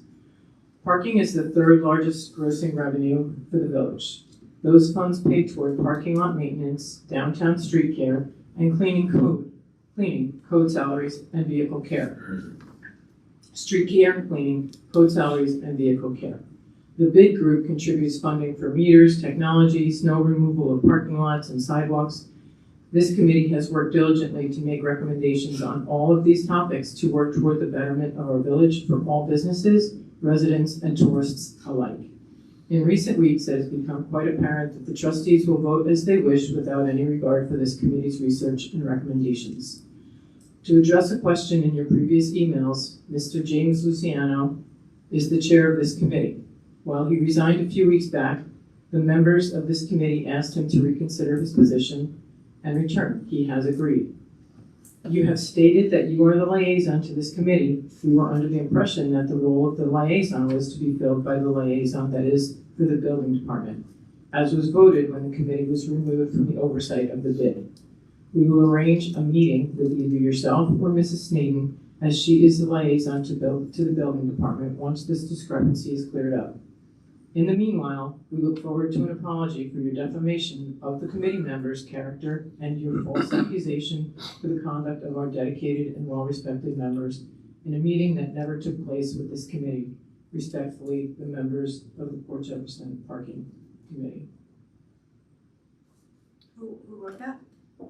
It was a letter submitted by the Port Jefferson Parking Committee, Signed by whom though? From one by the person? Port Jefferson Parking Signed by Committee. Just for the record, I had asked to attend the meeting in question and was told I was not allowed to attend. Mr. Lyons emailed and said I was not allowed to attend.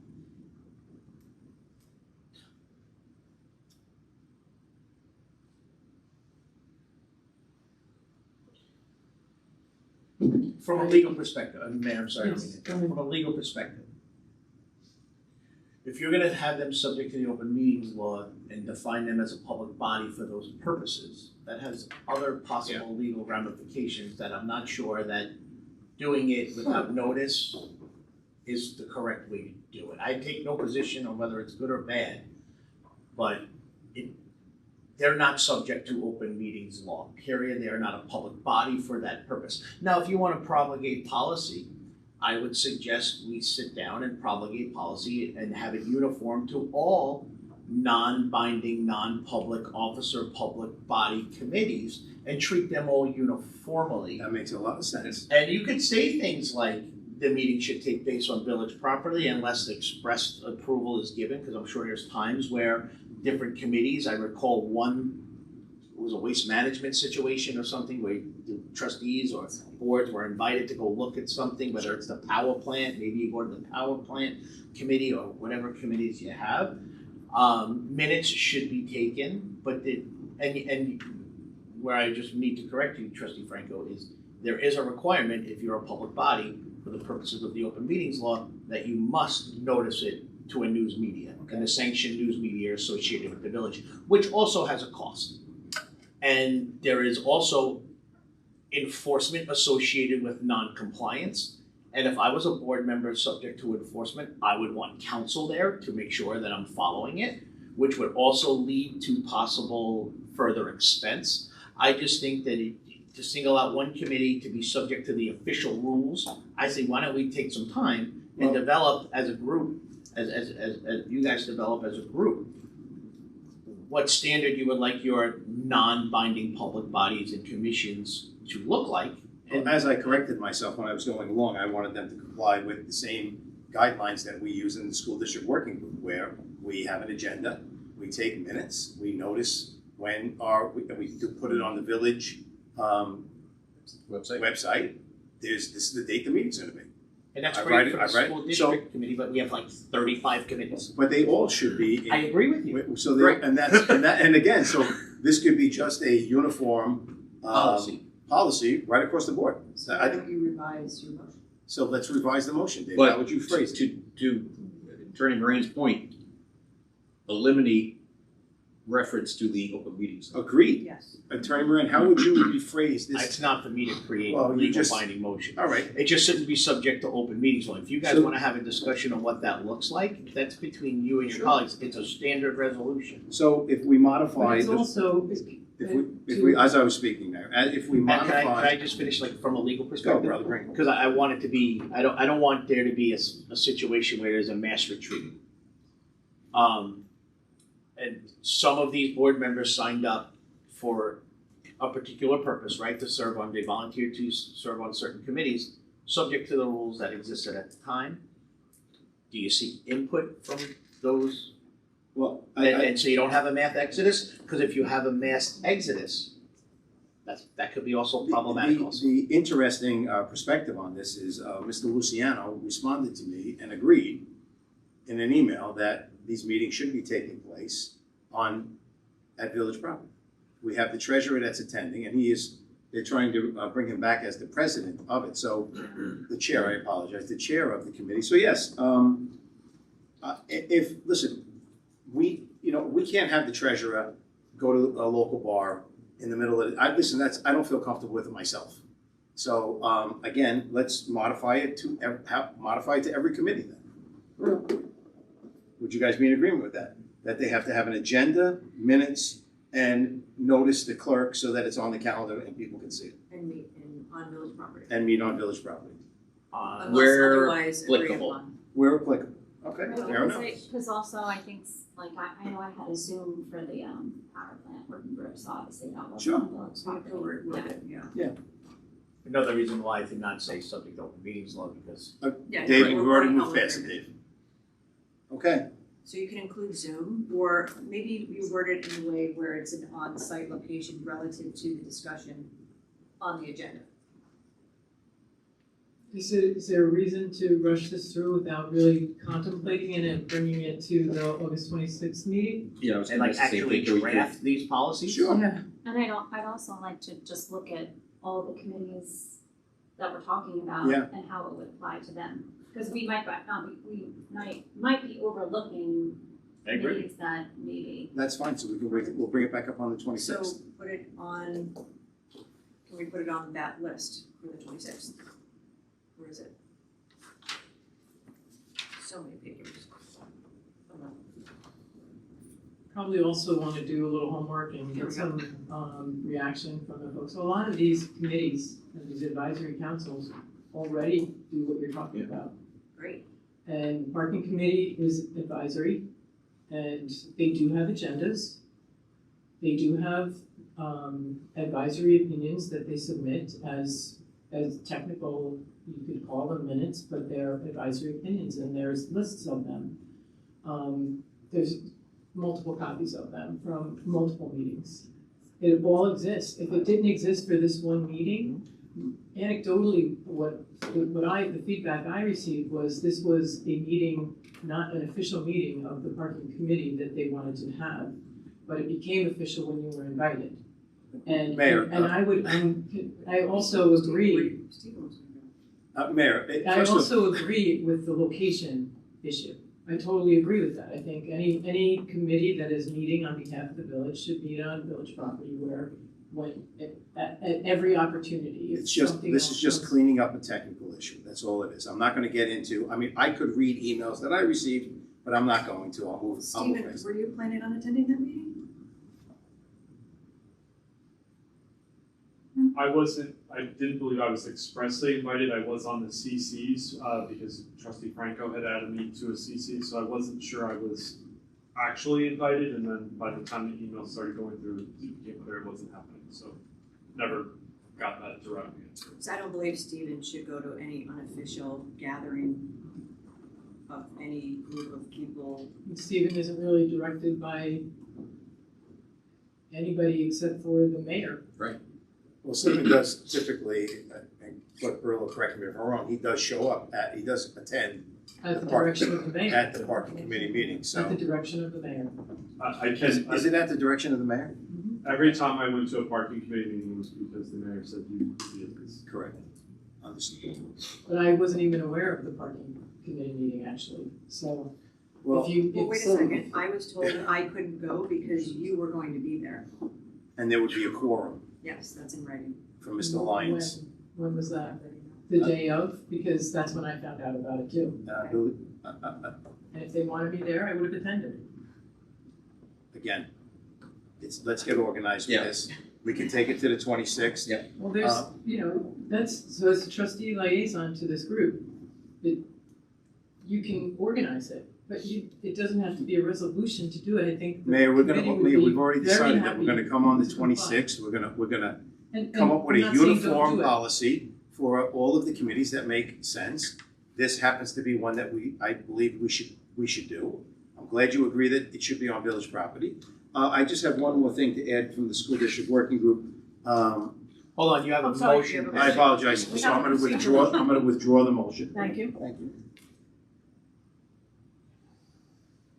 So then how do you officially get it on the resolution for the August 26th meeting? We just did, You just it'll did, be on. Oh, just, thank you. That's per request. Yeah, it'll be a Okay. discussion item for the board on the 26th. Perfect. you were saying?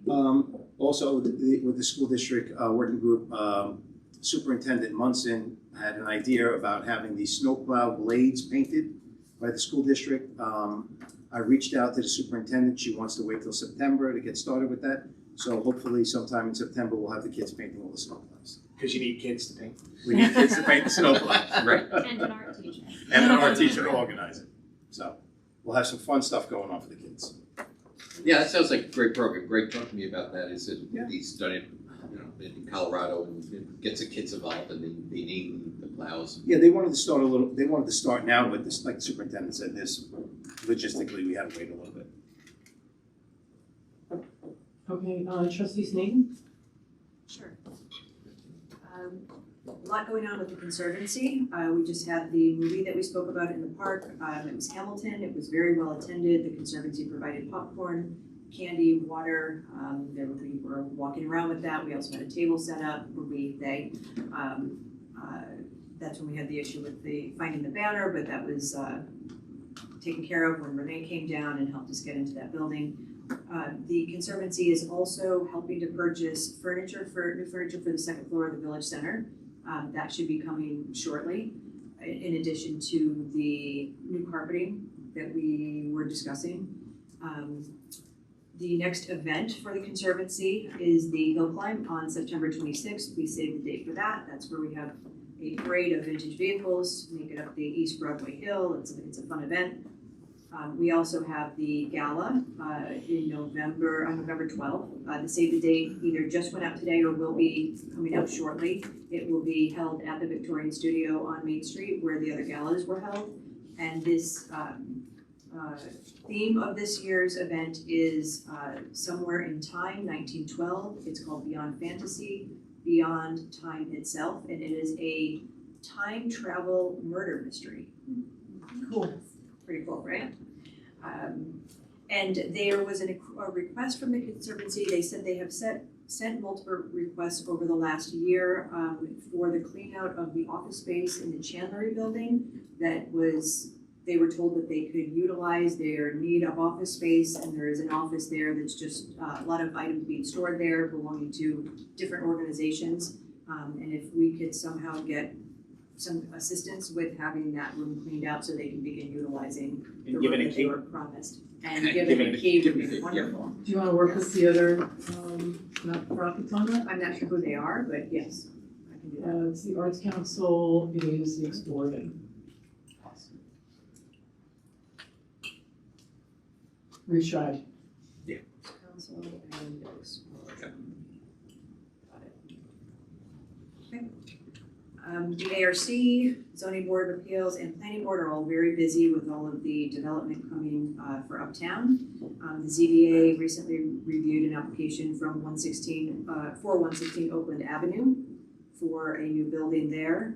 The Planning Board has been, as we went through, we were revisiting the permit fees, which we talked about earlier. And we also had a meeting with the developer Beechwood, who is currently working on designs of the sidewalk that will go along with that project, that will go from High Street up Myrtle Avenue on the south side to Belterre Road, and then what they're going to be doing on the other side that will go to the school district, or to the elementary school, which will make that area very walkable, much safer for those walking to the school and hospital and those areas. So that was a very positive meeting. And that concludes my report. Just to add on to that, there's a groundbreaking for the second conifer project on August 27th at 1 o'clock, 11? No, I'm just trying to remember it. What date is that? It's the 27th. And that was, so I sent out an email to a lot of folks who are working on, it's at 11, thank you. Who have participated in the project from design, planning board, architecture review, zoning, and other members of the community, volunteers, that kind of thing. And because the Conifer folks asked if we could help them rename the building, because they don't like, they were using the Commons as a working name, and it wasn't working for them anymore. They didn't want it to work for them anymore. So they were looking for ideas and suggestions. They submitted a list of suggestions, and so I sent that out to the trustees and also to some of the volunteers on our boards and asked for their opinions, and there was sparse response, but the response that did come back seemed to favor Perry and Maine as the name of the project. And Conifer loved that, so the invitation that they're sending out refers to Perry and Maine. And it formerly known as the Commons. So I just wanted to throw that in there. You all got that invitation to weigh in, right?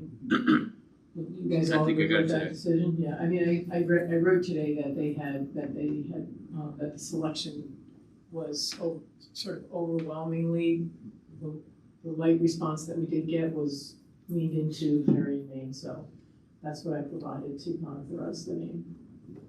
I didn't really see it as they were asking our opinion Yeah, as they asked us to- trustees, Yeah. yeah. Yeah. I saw that, but when the others were kind of weighing in, I kind of stepped back and said, let them.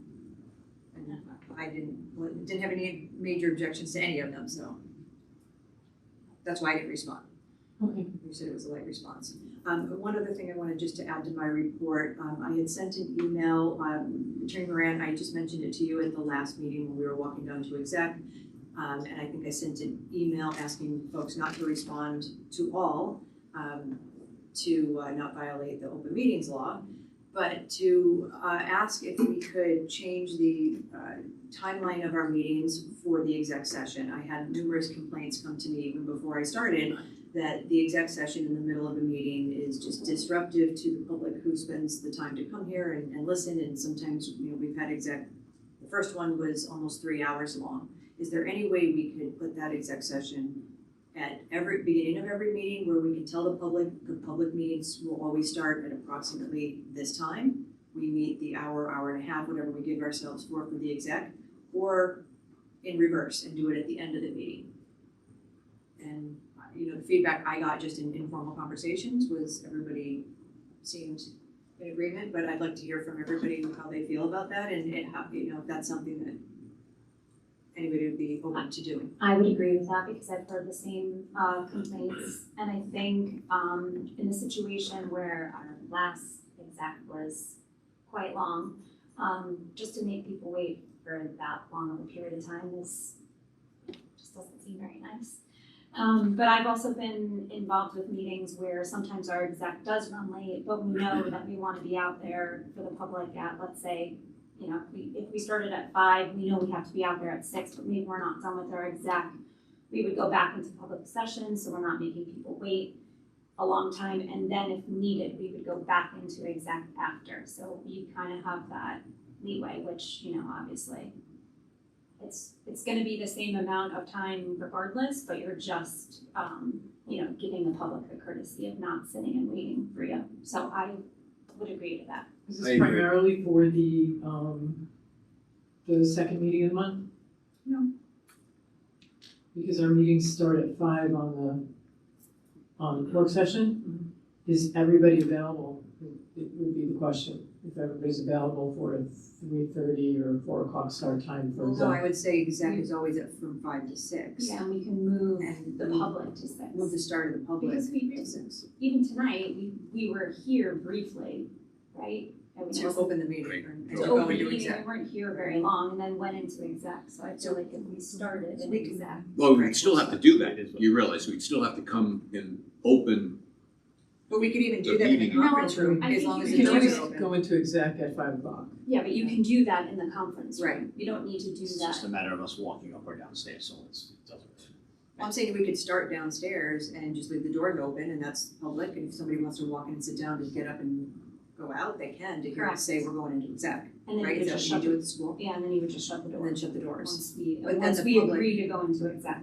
And then let the public know, hey, just so you know, the public portion will always start at at 6 X, o'clock. right. or- I can only Next speak time. from my experience since I've been here, right?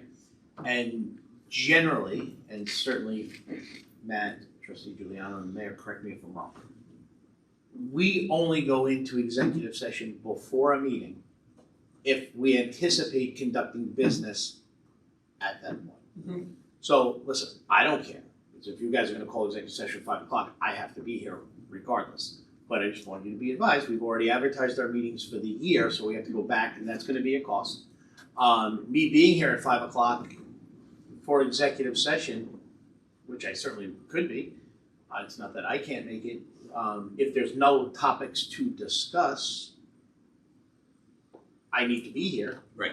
And there's not always time based on that, because a lot of these things pop up from now the Friday before the meeting until the Wednesday, where the meeting's already advertised, and the agendas are out, that also the executive session agendas pop up. So it's been my experience that we generally only meet before if there's an anticipation of business. And listen, I've certainly been sat on a million boards, and I agree with you. You go into executive session, you handle the business you can, meeting starts at 6, you come out, you handle the meeting, you go back and finish. You've done that too. So And when we've do done we that too. advertise the meeting? I'm sorry? When do we advertise the meeting, typically? Following the organizational meeting, the entire schedule Is for the organizational year is advertised in the newspaper. But how is it advertised? Is it advertised procedurally where it says, is it just say that there's a meeting and work session meeting starts at 5? Or is it explicit and does it say public, back to public? It's not explicit, no. Right. We don't always go into Because we executive. don't always go into it, so. Right, so I feel like, I understand what you're saying, but I feel like, I don't know, I feel like we can kind Well, of so work around maybe it stuff. works better at the end, right? So if there isn't one, the meeting ends early. We don't have an end time that's been published, right? So if we always start the meeting on time at the beginning, whether it's 5 or 6, depending on which meeting it is, and then we go into exec at the end. If we need to come out of exec to vote, we come back up, whether there's people here or not, but at least that gives them the opportunity to have viewed the entire meeting and then go home. The only We've done that problem, too. We've done that. yeah, the only problem with, at the end is if we have somebody coming to exec, Like we did today. like we did today. Right.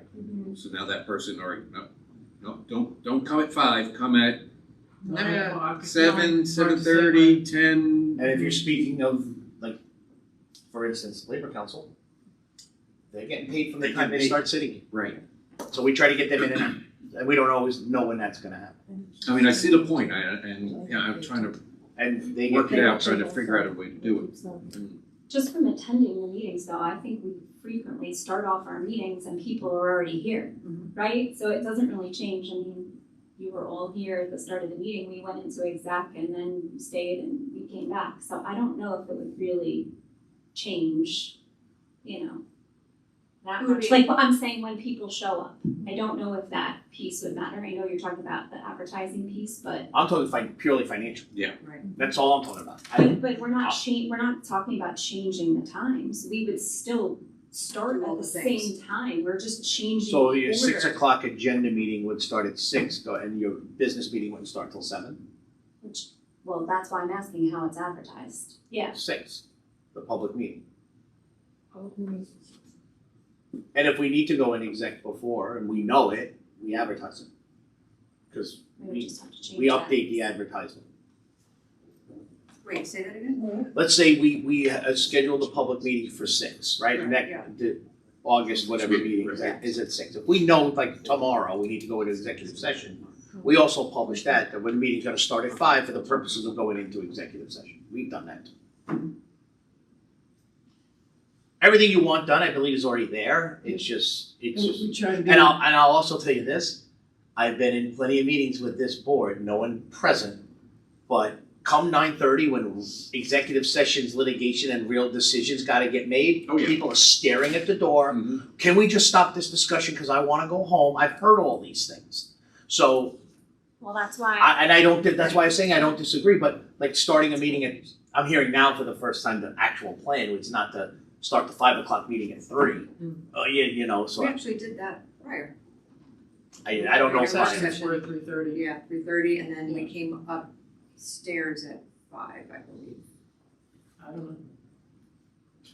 I work know, sessions were always work sessions downstairs, Always always downstairs. behind the whole thing, but 3:30. in that room. I'm fully, And the reason for that was because a lot of times employees would have to come in for different reports or whatever, so it was during business hours not to put them out. But there's gotta be a way. I just think wanna we currently respect have the way. public and their time. I think we currently have the way. I think we're responsible with it. I mean, you wanna codify the policy, but I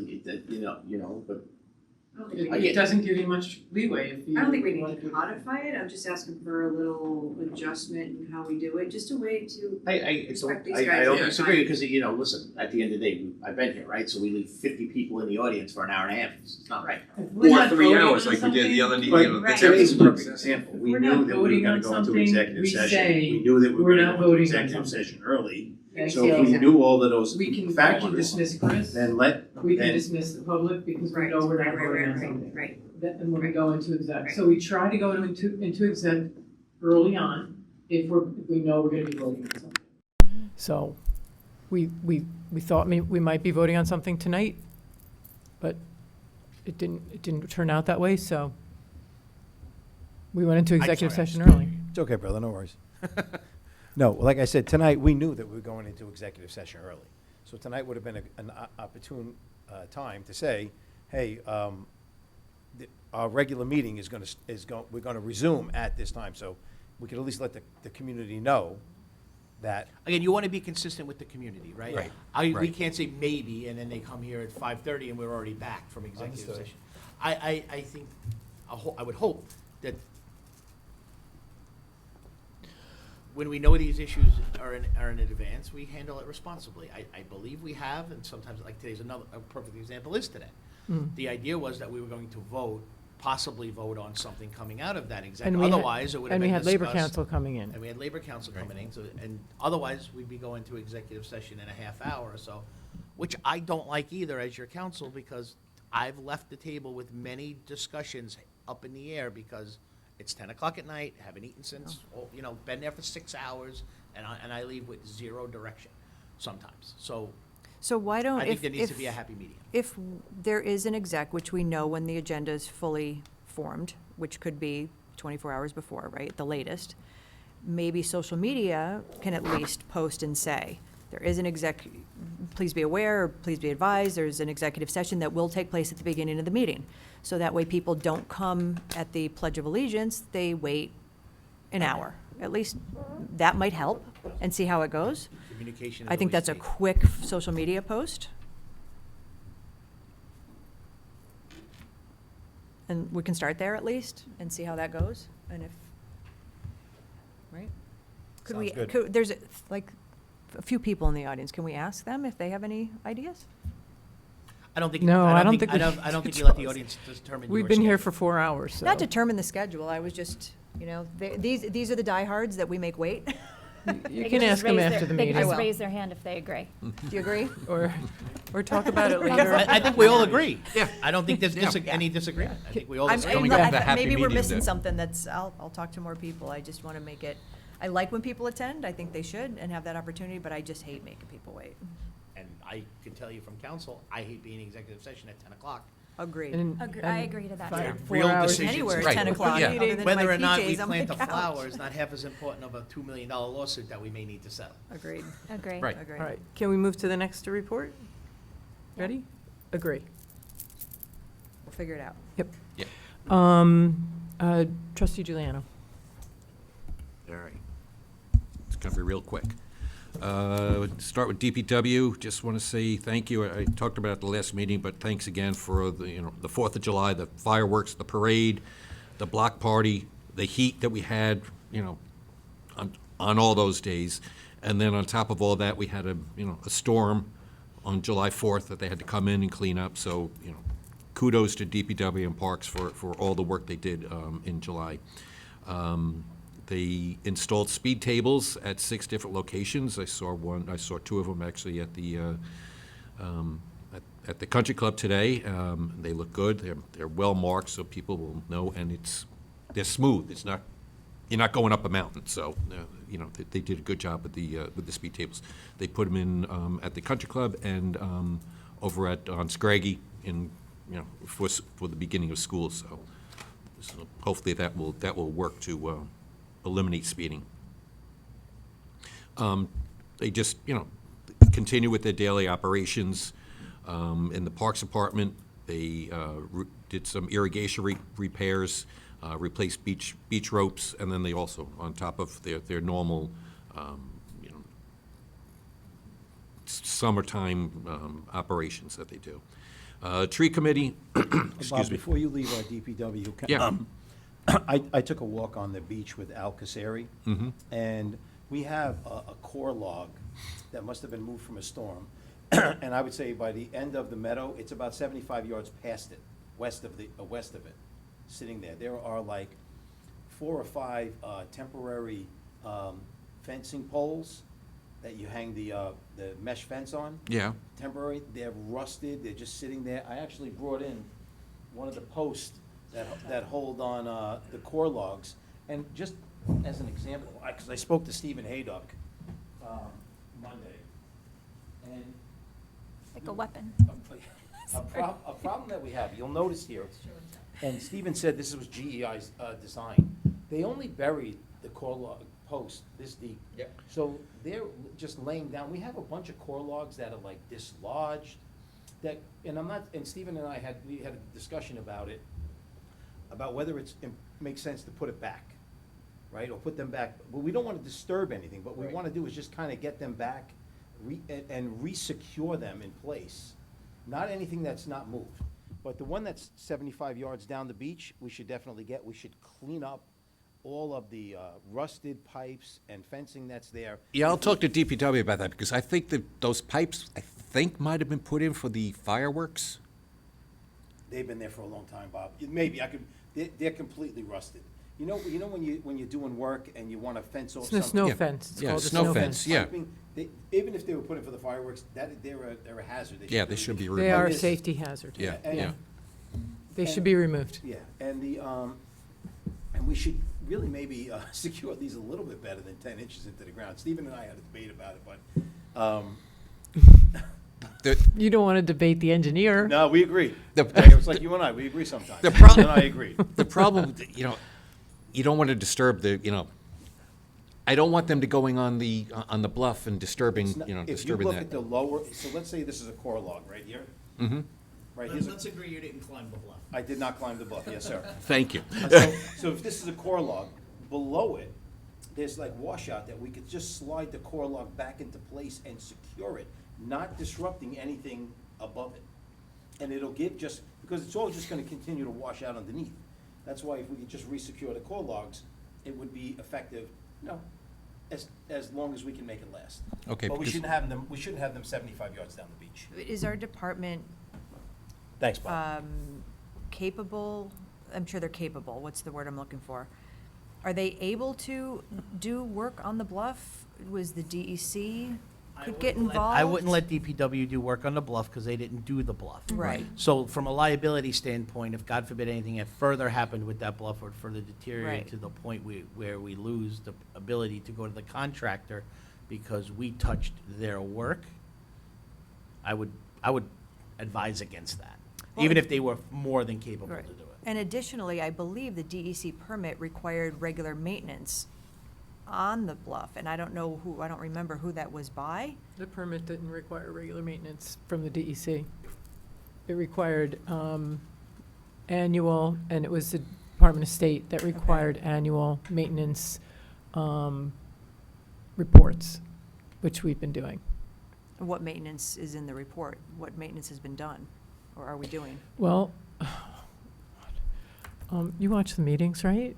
You watched our meetings in the past. These meetings, yeah? Terry Contracting just did a bunch of work, and it was to replant, it was in the spring, and it was to replant bulbs and a bunch of different recommendations, grasses that that was recommended by GEI, Laura Schwannock. So they executed against that project in March, April. And so, Well, could that be what's dislodged? I mean, no, No, it's, Or It's they wave able- energy. When we've had It's wave discussions in the energy. past with GEI about the core logs that have moved, I mean, they suggested that we don't touch them because no, not planting to is starting disrupt the above. ones that are anchored in. Not- You're not right the- about, not- that's what Stephen and I were talking. Yeah, It's the but- ones that are, you'll see, one is like snake. I know which one you're talking You know about, what yeah, I'm talking about. yeah. And then there's one way down the beach. Yeah, I saw that one as Just kind well. of get them in place, drive some stakes in front of them, and leave them there. Maybe Matt Molander can do it Well, with he his would, 'cause you know what? excavation. Or you gotta go down there with a payloader and force, Yeah. because that thing is. No, heavy. you need Yeah, a contractor yeah. to do Yeah, it. yeah, it's You not need easy a to move. contractor to do it, and Exactly. it's yeah. not, repair is not required, just repair and maintenance of what's there does not require additional DEC review and approval. It's just repairing what's Yeah. there. But the core logs were way up the bluff. They still are, They they're still are. still. There's a lot still- Well, I'm yeah. saying replace, what are you saying, replace? It's at what the this- base Where of do you it. wanna put it? Well, It- put it's back been where it was. dislodged. It's I been think dis- it not was from one the of the top, ones at no, the it's- base. It's all at the bottom. Gotcha. Everything's at the bottom. Yeah. Everything that's up Just top. just is- put it in there, but it's, You know wave what? energy's gonna remove it again. Again, but if we stake it, it just gives a chance to hold everything up in place a little bit longer. That's all. Yeah, there's regular maintenance that has to happen on the project. And, funding is an issue. So every maintenance project we do there has to be estimated and contracted. So engineers have to estimate the cost of it, and we have to pay contractors to do the work. So, Attorney Moran, are we required to, if our core logs, stakes flow down the beach, is it our responsibility to retrieve them and bring them back and put them somewhere? I would say if it's ours, we should retrieve it. Yeah. And I would rely on the engineer to write a report on whether or not that core log missing or falling out has structurally in some way compromised anything that requires it to be fixed and what the cost of that fix was. That's why they we have have engineers. written opinions about that. I'm just hesitant to just say, hey, throw a payloader down there and. No, we no, can't- I- no, Put it somewhere. no. You would do that over advice of counsel. Yeah. And it's still on our property. It's Yeah, on a yeah, different yeah, it beach is, it maybe, is, but yeah, it it's is. in between beaches, but it's I still mean, on our property. Yeah, you're not moving that easily. That's, it's No, it's no, heavy. those things are, And they're saturated with water. And they're very- and, But the pipes, the stakes, and all the the rest of the stakes. debris laying around. and those are The metal- also the metal deeply installed. And so that's gonna take some work to get those out of there too. I was down there today and I was trying to just shake it, and it was solidly installed. But they are a safety issue. Cut them down Maybe. Not in the You- sand, you are they in could- the sand? You It's in could the pull 'em. sand. They'll- And you'll then get somebody them. might step on it Yeah. and cut the Yeah, foot and yeah. get a tetanus shot. I'm just gonna tell you, I wouldn't touch the bluff at all. I wouldn't pick up a straw if it was Without- sticking in without yeah, contractor. without- He shouldn't have I was brought gonna that say, I out. was just Brought that out, Trying I- to I- Can you stick put that it. back, please? I'm gonna assume that was for Matt's sake, it was laying next to it. Yes, it Then a was. bunch of All the sand way. moved. It was next to the 75 yards, down where the. Dave, core log it was in his car. The wave put it right into his backseat. Right. Yeah. Okay, continuing. Tree Committee. They completed the Urban Community Forestry Grant. Special thanks to co-chairs Avril and Stella, and they worked very closely with Lisa, and also special thanks to her. They got the grant application completed. It was a 23-page application. It was no small feat, and they did a fantastic job on it. So the grant application has been submitted, and this is a grant application. It's to conduct tree inventory and identify what trees that the village has, which would help us in the future, what trees we should plant, what trees, might need to be removed, or what trees shouldn't be planted. So, so we'll wait and see if we get that grant. And the only other thing is the CCE is meeting tomorrow. Mayor, we spoke earlier, when they moved the meeting to the new date, I told them that I had a conflict with tomorrow. They moved it to, they just moved it to Oh, they next did? Thursday Okay. at 5 o'clock. Good, So, fantastic. okay. Bob, has the CCE been given the complete GEI report with the hayduck responses and all that stuff? Have they been given that material yet? They've come in and they've reviewed the plan. I mean, they didn't physically get the plans, but they came in, I believe, they came into Village Hall here to review the plans, Okay. or whoever wanted to review them. Two members came in and reviewed the plans. Okay. And that's all I have. Bob, do you want to discuss the, No. I have a reason, so. okay. Now, we Hold all on. want to know what you're talking about. I want to know. Everybody wants to know. I'm I looking don't at the even know. crowd right now, and anybody who wants to know what he's talking about, raise your hand. Keep guessing. Bob, just say, Correct, Trust, yeah. Okay, trustee DeWitt? Yes. Trust. Power plant working group met 3 times. The first one was very nice because it was really just an introduction meeting, just getting me up to speed on the work they've done the past few years and getting to meet everybody and their credentials. So that was very nice of them. Then we actually had a planned tour of the power plant on August 6th. Which was great. It's actually the second time I've done it. The first time I did it as a school board member, and now this time as a trustee.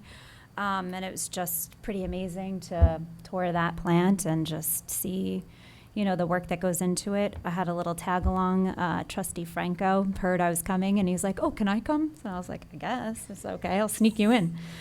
So it was pretty amazing, and just to see.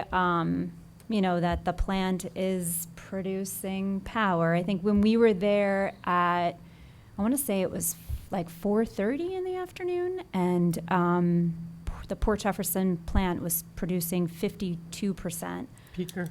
Yeah, of the power on Long Island.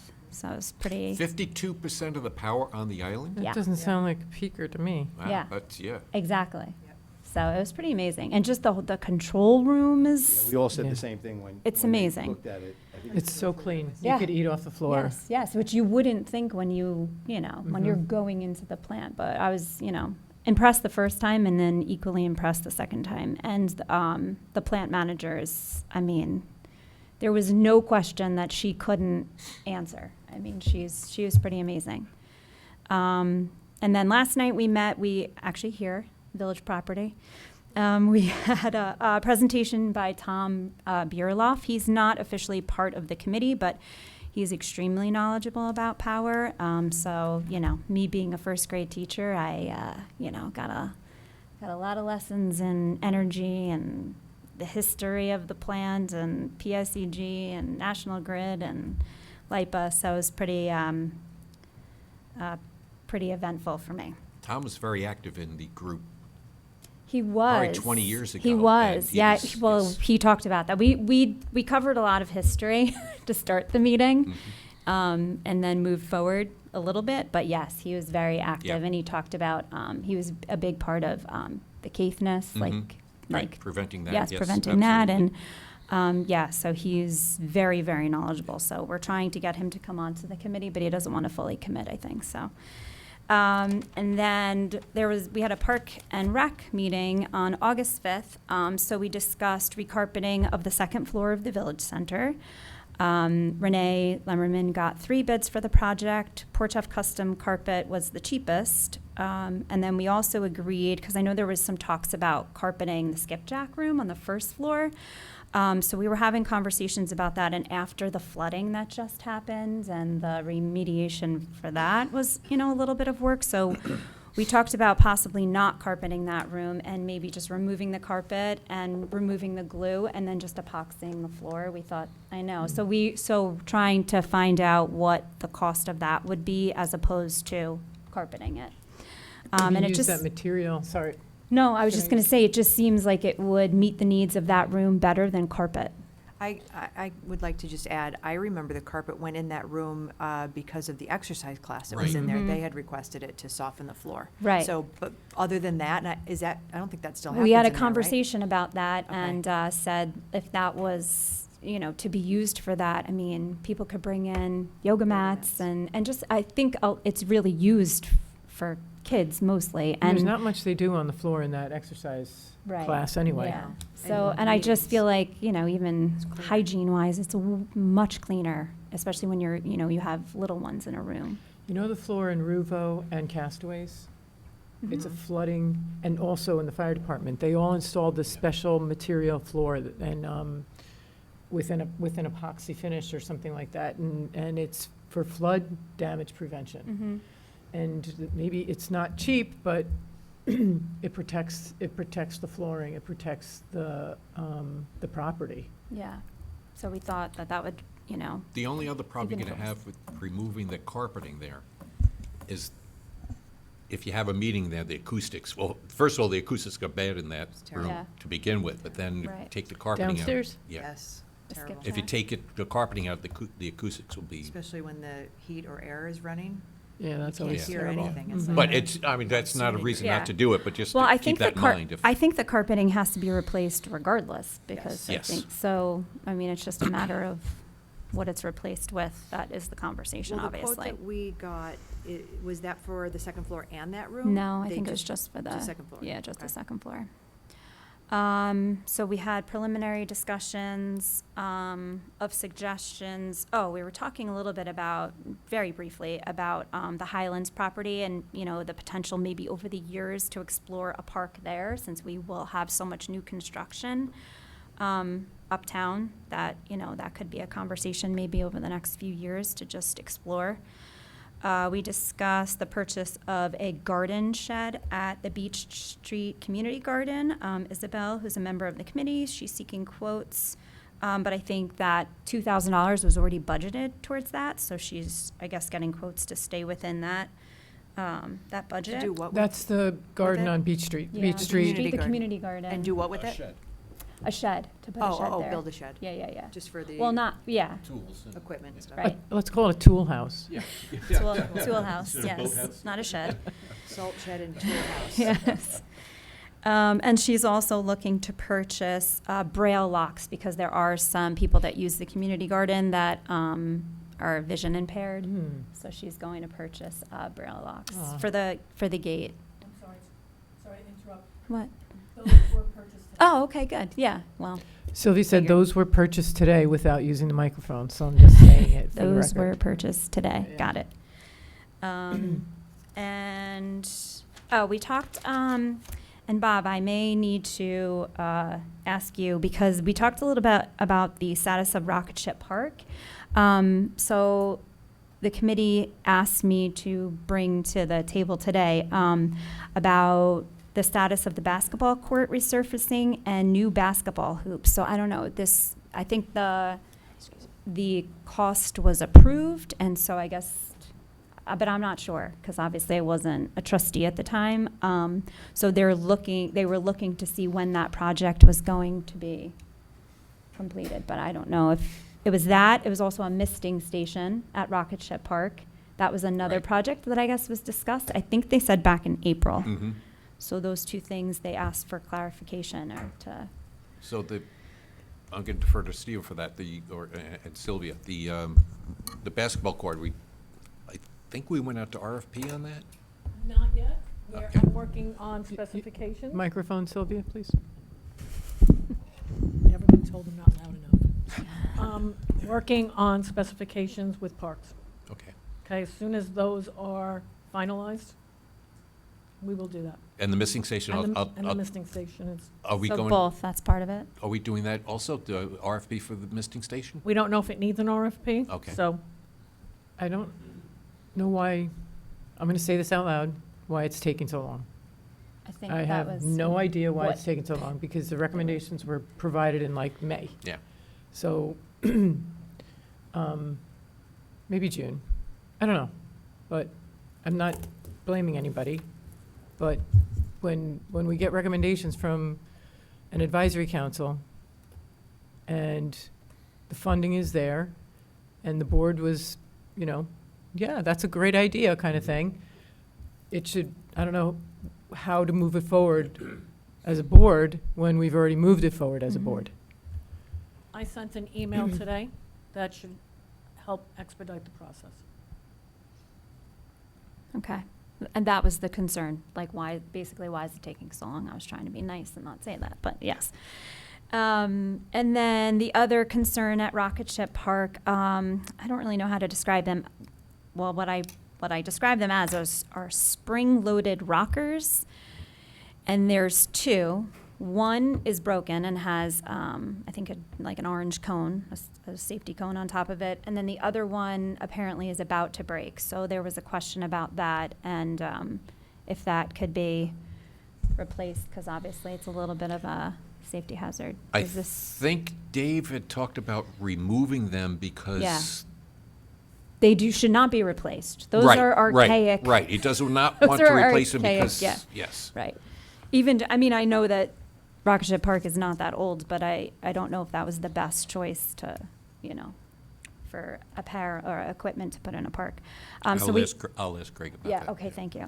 Can we go back to the carpeting for a second? In the, was the quote for two rooms, or was it for one? I think it was just for the one, the second floor. Have you seen it, Stephen? I'm not sure, but I thought it was just for the second floor.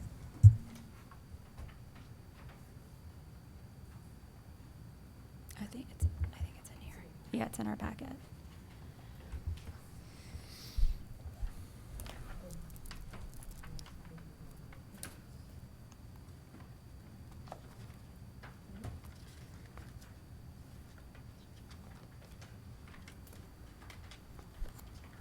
Just the second floor.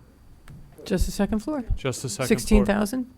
14,000. We did the third floor back in May, which was 13,000. So if we do anything on the first floor, I would have to recommend Renee that she'd have to look for a different vendor, because if we go with Port Jeff Custom Carpet, we'll be at 28,000 for the year. So we'll need to Okay. look for somebody else. Okay. Spread the wealth. And then. So how long has the bouncy things been? It Is it 60? seems like it's been the whole summer, I think. I mean, don't quote me on that, but I think it's been a significant amount of time that cone has been there. I don't know about the cone, but I know we talked about that. We actually took a tour of that. I see, yeah. So process-wise, who has the authority to move those things forward? I'm looking at you, Bob, but I'm Yeah. asking the people who are sitting at the table, if maybe you have some insight about it, but who has authority to move these projects forward?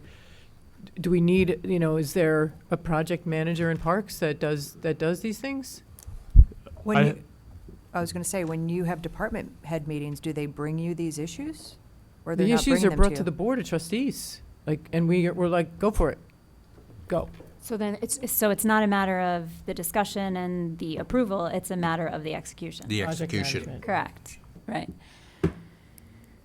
So, I can tell you that the treasurer's office has had numerous conversations with DPW and just trying to it's a get to. park. It's a park. So it'd be the head of Okay. the department, which is Greg, no? Parks. But Parks is under DPW, correct? Yes? Yeah. Yeah, It'd be but great, there's yes. there are Yes. labor crew leaders that can execute Yes. projects in parks. So did Greg relay the information from the board, or how did we get the information? How did Greg and DPW and Parks get the information from us after we approved it? We toured it with Greg and with, For the basketball Trying to- court? Dave? well, no, I'm talking about the spring-loaded. No, Well, I'm the talking about the spring. basketball court. bunny- How the would bunny they ride. get that, how did that information get from when we voted on it and approved it in May or June, whatever the mayor said? How did that get to Greg, and what's the transaction, how's the transition? I think the liaison should bring that back. Did you? Right.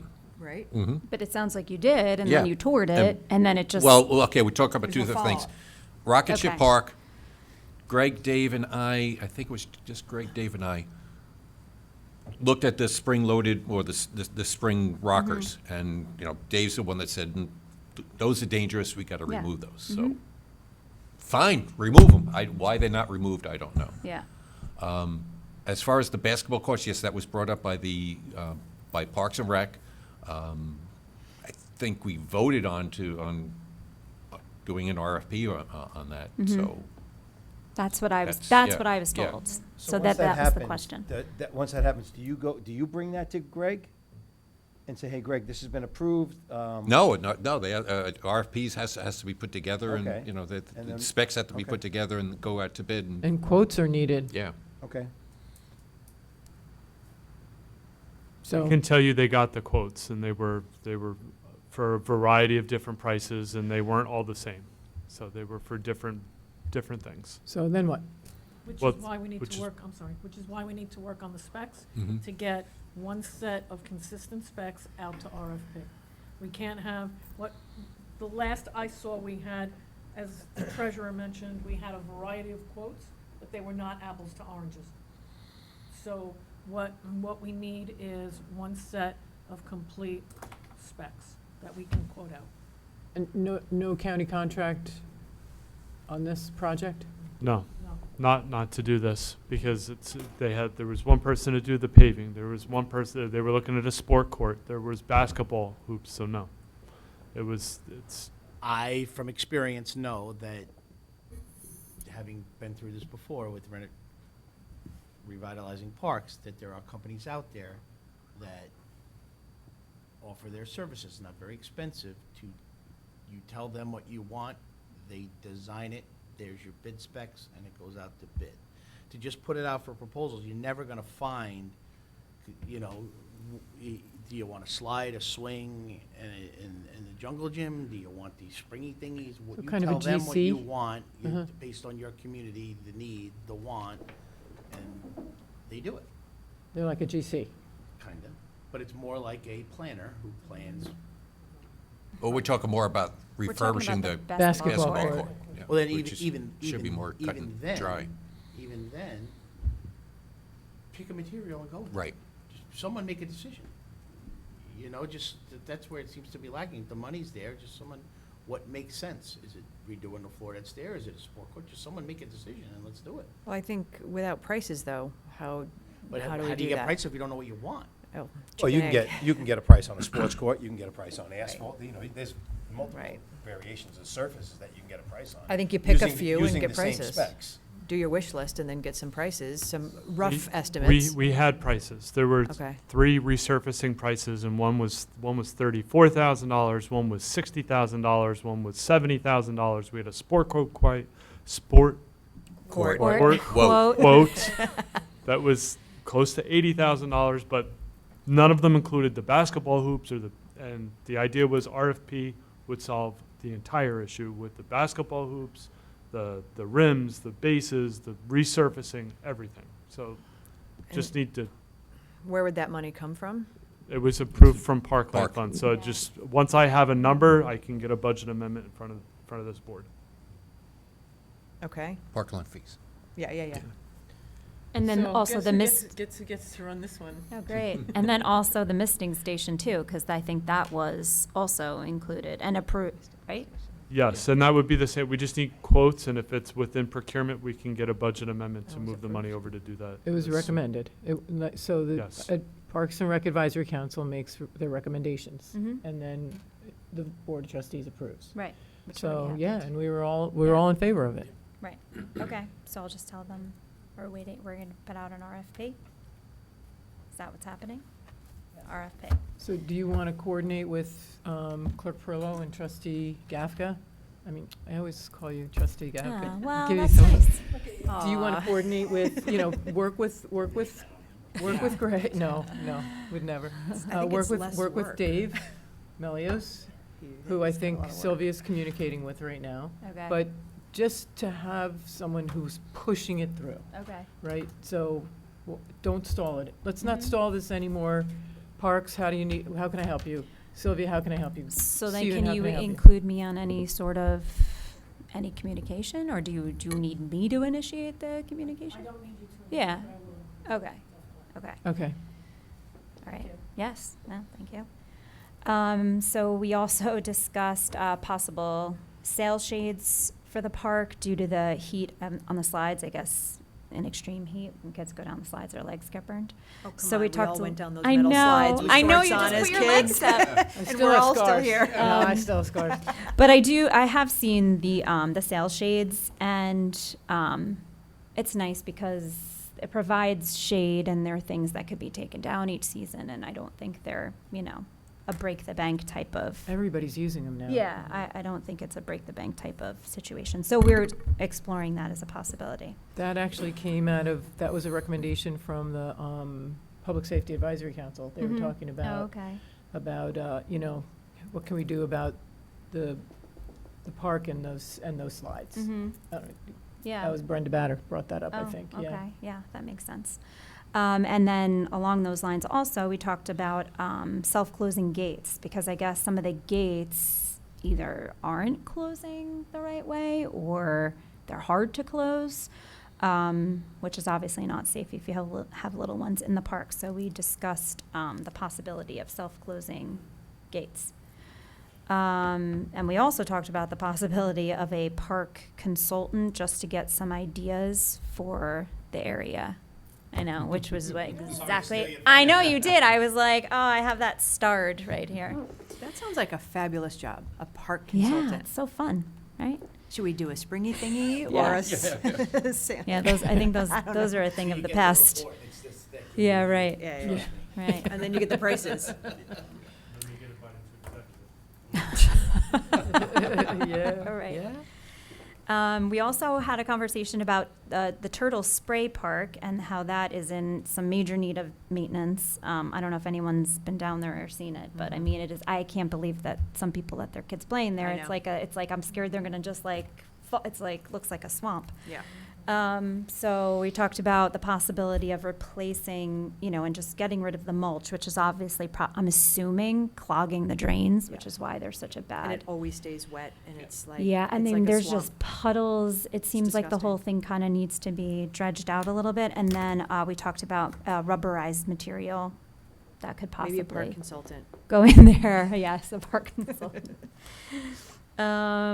We talked about the tennis courts, which we're also, I guess, waiting for a quote on resurfacing. Does that sound familiar to anybody? I think there's a grant application Yes, for that. yes, but I think it's a match grant. It might be. Yeah, Wasn't okay. that recently done? I mean, within the last 3 years that was done, no?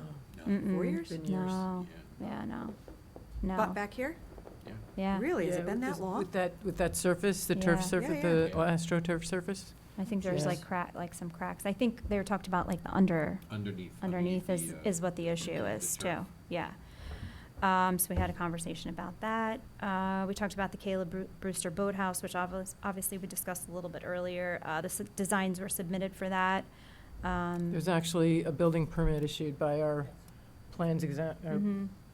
Josephine. yes. Nice. And obviously that's fully funded now because of Rebecca Cassay. Parks and Rec actually gave $50,000 because I think there was another match grant. So because it was $150,000, then we got a match of an additional $150, totaling $300. We talked a little about the ranks and the future of that, possibility of a resident rate or even maybe just a season pass that was discounted for residents. We discussed the need for some beautification of the rink. I know a lot of the signage is looking a little worn. So we talked a little bit about that and the discussed possible kind of rejuvenation of the rinks, like character nights, hot cocoa Fridays, maybe a DJ night. So just some things we were just kind of talking a little about. Renee said she was going to talk with the rinks and see if they would be willing to explore any of those possibilities.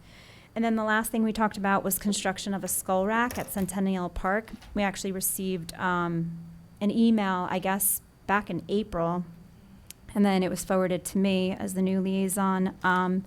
So Matt, who's the chair of the committee, is going to reach out to the woman that initiated the request and just have some discussions with her about what it would entail and what exactly they would need. We weren't really too familiar with the construction of a skull rack. I think it's for those really long boats. So he was just going to go seek some more information from her about that. So there's a little bit of background on that I think, Okay. Because the town called us in back in April, a meeting that our village attorney, you attended that meeting, right? Did you attend that meeting? Yes. And so I didn't attend that meeting. Do you want to talk to Trustee DeWitt about what happened in that meeting? It was about Centennial Park and the use of the beach by outside people and the use of, I'm not comfortable having that discussion, not in executive session, okay, because it involved the contract with the town and potential, if you recall, there might have been some trees that, so it's not a public discussion. Can I ask a question about the park? The retaining wall, what's the status of that? I got questions as to why the parking was taken away against the wall. I said, I understand there's might be some issues, safety issues with the wall, and I will find out what the status is. yeah, the status is that we are working on the scope right now. The village engineer is working on that, and with respect to the yacht club season, the project wasn't going to start until after the season concluded. And is it the village's full responsibility, or does the yacht club take some responsibility? So FEMA's taking pretty much a large chunk of the responsibility, which is why, we're working on it, but it's actually town property. Right. So, by applying for that grant, we actually helped out the town a lot and helped out the yacht club a lot. There was a mutual understanding between the town, the village, and the yacht club that we would, in a coordinated effort. There was some hiccups out of the gate about who would be responsible for what. It took a minute to get past those issues, which we then ultimately got past, and by the time we got past them, it was getting ready to be the season for the yacht club, and it's going to be a substantial project. So I think it's on track, as far as I know, It's on track? to start, when it's. In the fall? When it's prudent. Okay. Yeah, Do after you the know how season. long it's expected to take? I don't No? It'll be ready for use Before again. next season, Mhm. before next season. Okay. yeah. Mhm. So out of an abundance of caution, the engineers recommended that we block off that area from parking because of the debris that was, dislodging from the wall. And what was I gonna say? Oh, the agreement with the town is only up to the end of the parking lot and due west. I'd like to talk about that in. Okay. All right, I'm just saying what it is. Meets and bounds, but, okay, I defer. Okay, anything else from? No. 10 minutes as soon as we conclude, it's not a long conversation. I don't need to know that badly. So, It's late. one thing I did, that you did trigger. You're welcome. One thing you did trigger is, we're talking about doing the RFP or request for interest in serving hot chocolate and serving, and getting an approved vendor in the village center to serve hot chocolate in the winter during the skating season and whatnot. So, what's the process there? We started that. We started an approved vendor.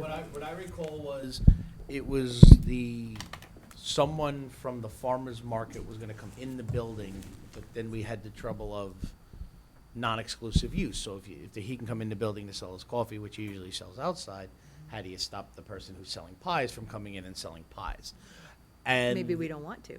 But Maybe again, we want them all. it's agreed. Right. And Pie then there was coffee. some discussion about a preferred vendor and a possible request for interest for that service. Mhm. And I don't know what happened from there.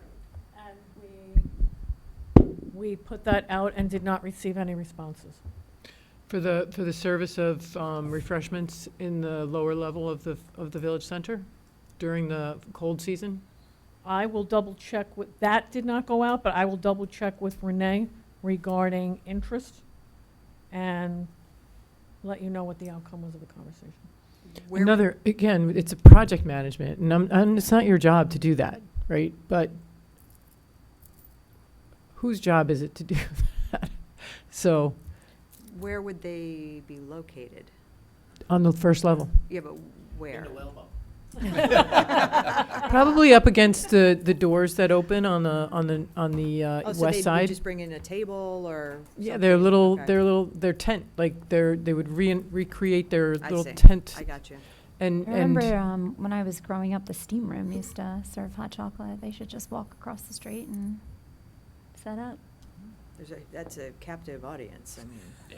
You I can know. sell anything to all of Yeah. those people, Yeah, all day long. yeah. Look at all the hot chocolate we give out on resident night. Crazy. But, okay, so, Jason have a question of interest to make? I was just gonna say, hot chocolate business, anyone? so, how do you see, I mean, let's figure out how to do that right now, if we can. How do we move it forward? Do we ask Renee to do it? Do we ask? I just made a note to speak with Renee Uh-huh. and report back about the outcome of that. If we need an RFI, it could go on the agenda for the 26th. Great. Okay, thank you. Stephen, I didn't ask you to give your report. Is there anything else that you'd like to report on that you haven't already discussed? I only wanna hear it if it comes with curtains and flip-flops and. I can't do anything now. I'm not gonna top that. Okay, no, Mayor, that's it. No, Mayor, are there questions on my report that was submitted? Oh, how'd you do that? That's the way to do it. Is there anything that you think we should be aware of? There are going to be 2 additional resolutions for the end of the month. I need one for using parking funds for Bishop Lights in Salt Meadow, and then obviously the parkland fees for the carpet at Village Center. Okay. And yes, yeah, we talked about that already, but yes. Sorry.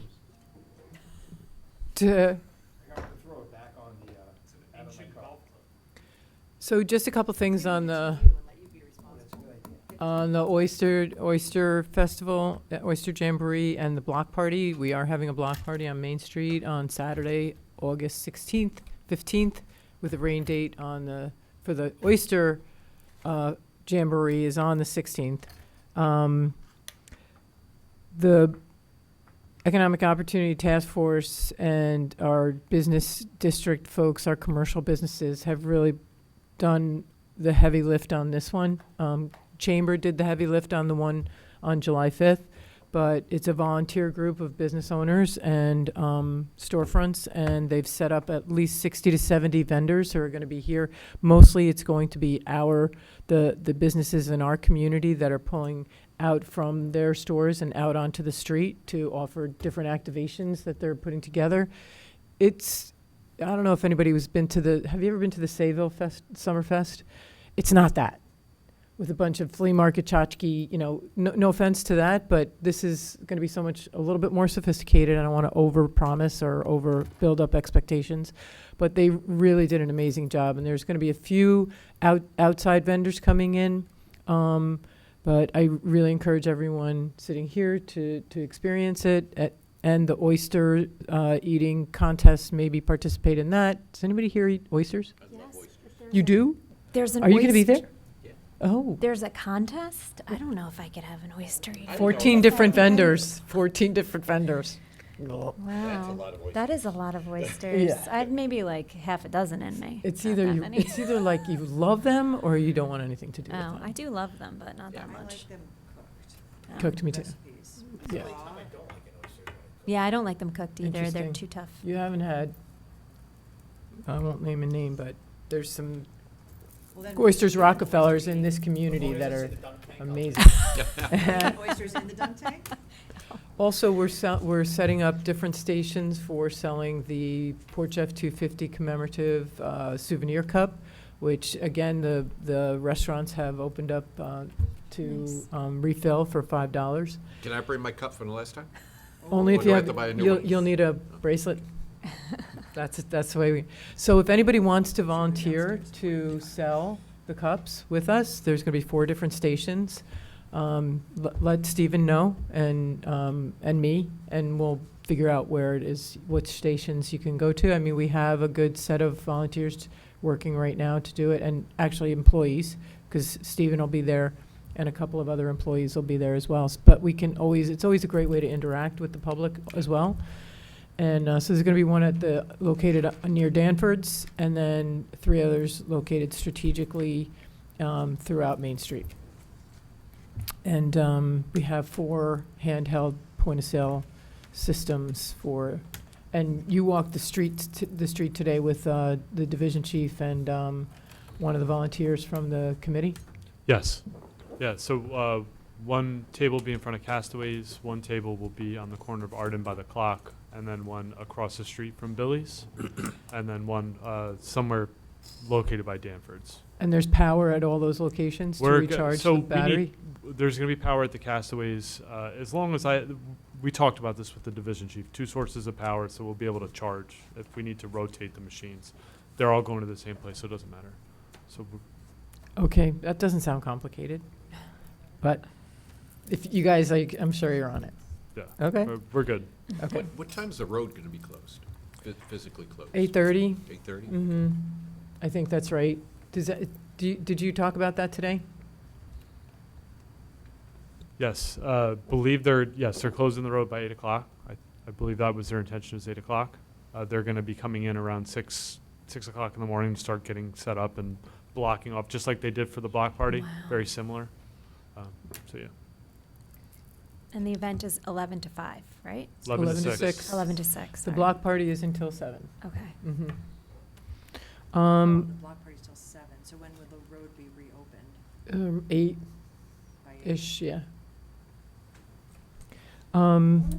But don't hold me to it. It just, I guess, they'll reopen it as soon as they can. So there was a meeting with GEI today up at the country club to talk about the project plans that they submitted.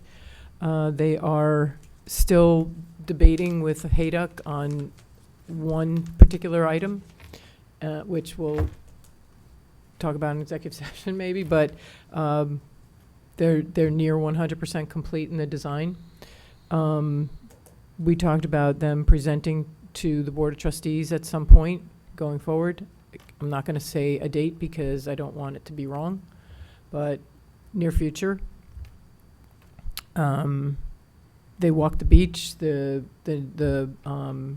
representative from GEI who was assigned the project after I escalated it with the president and the CEO of not getting, the results and the responses that we were looking for and expecting. And so she was on site today and looking at the project, and a PE, a New York PE state certified professional engineer was there, answered Hayduck's questions, answered our questions, and so they'll be coming back soon with some additional feedback that we'll provide to the Board of Trustees, and then we'll set a meeting to hear from them, ask them questions, and understand the scope of the work and the longevity that the work is expected to hold if the plan is approved, and how long it will protect the building for. It was interesting. I don't know if you were all. Some of us were at the Civic Association meeting that Michael Schwarting and Francis Campani presented an alternative, which was to move to create a new building in front of the building as an alternative. The total price of that project, in their loose estimation, was about $6 million, including demolition for $1 million. The numbers I'm not sure match up to today's costs, but I'll just say this, and I'm not advocating for anything, but this project, if it is approved and we do it, will cost $6 million, and the goal is to make it, or less, potentially, depending on what the final numbers become. But it will, the goal and the expectation is that it will have a lifespan of protecting the existing building for 50 to 100 years. So, and it's less than $6 million. So $6 million to move a building and demolish an existing building, which is under contract. I'm just laying out kind of facts and observations from my standpoint. Again, not advocating one way or another, because I'm still not, I'm just working through the details of something that was inherited. So that's a meeting that we had today, and we saw the core logs and talked with the engineers about those and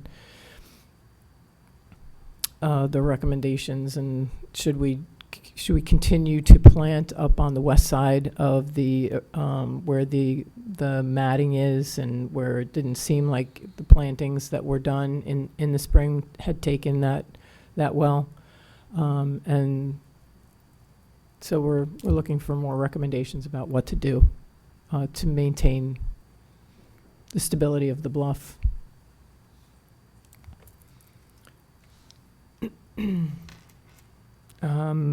There's a beautification committee under works right now, and I don't know if any trustees sitting here have any interest in working with the beautification committee, but, okay, there's a lot of interest. We have like four or six volunteers that have already submitted their interest, and Rita is trying to set up a meeting, and I'll does anybody want to battle over the beautification? It will come under Parks and Rec, you know, like the beautification will meet, it would be like a Parks and Rec sort of driven. So it ultimately, there's tears in this system. But anyway, there'll be. Get that out to the public? Did that go out to the public? Is that how the interest came? You don't read anything. I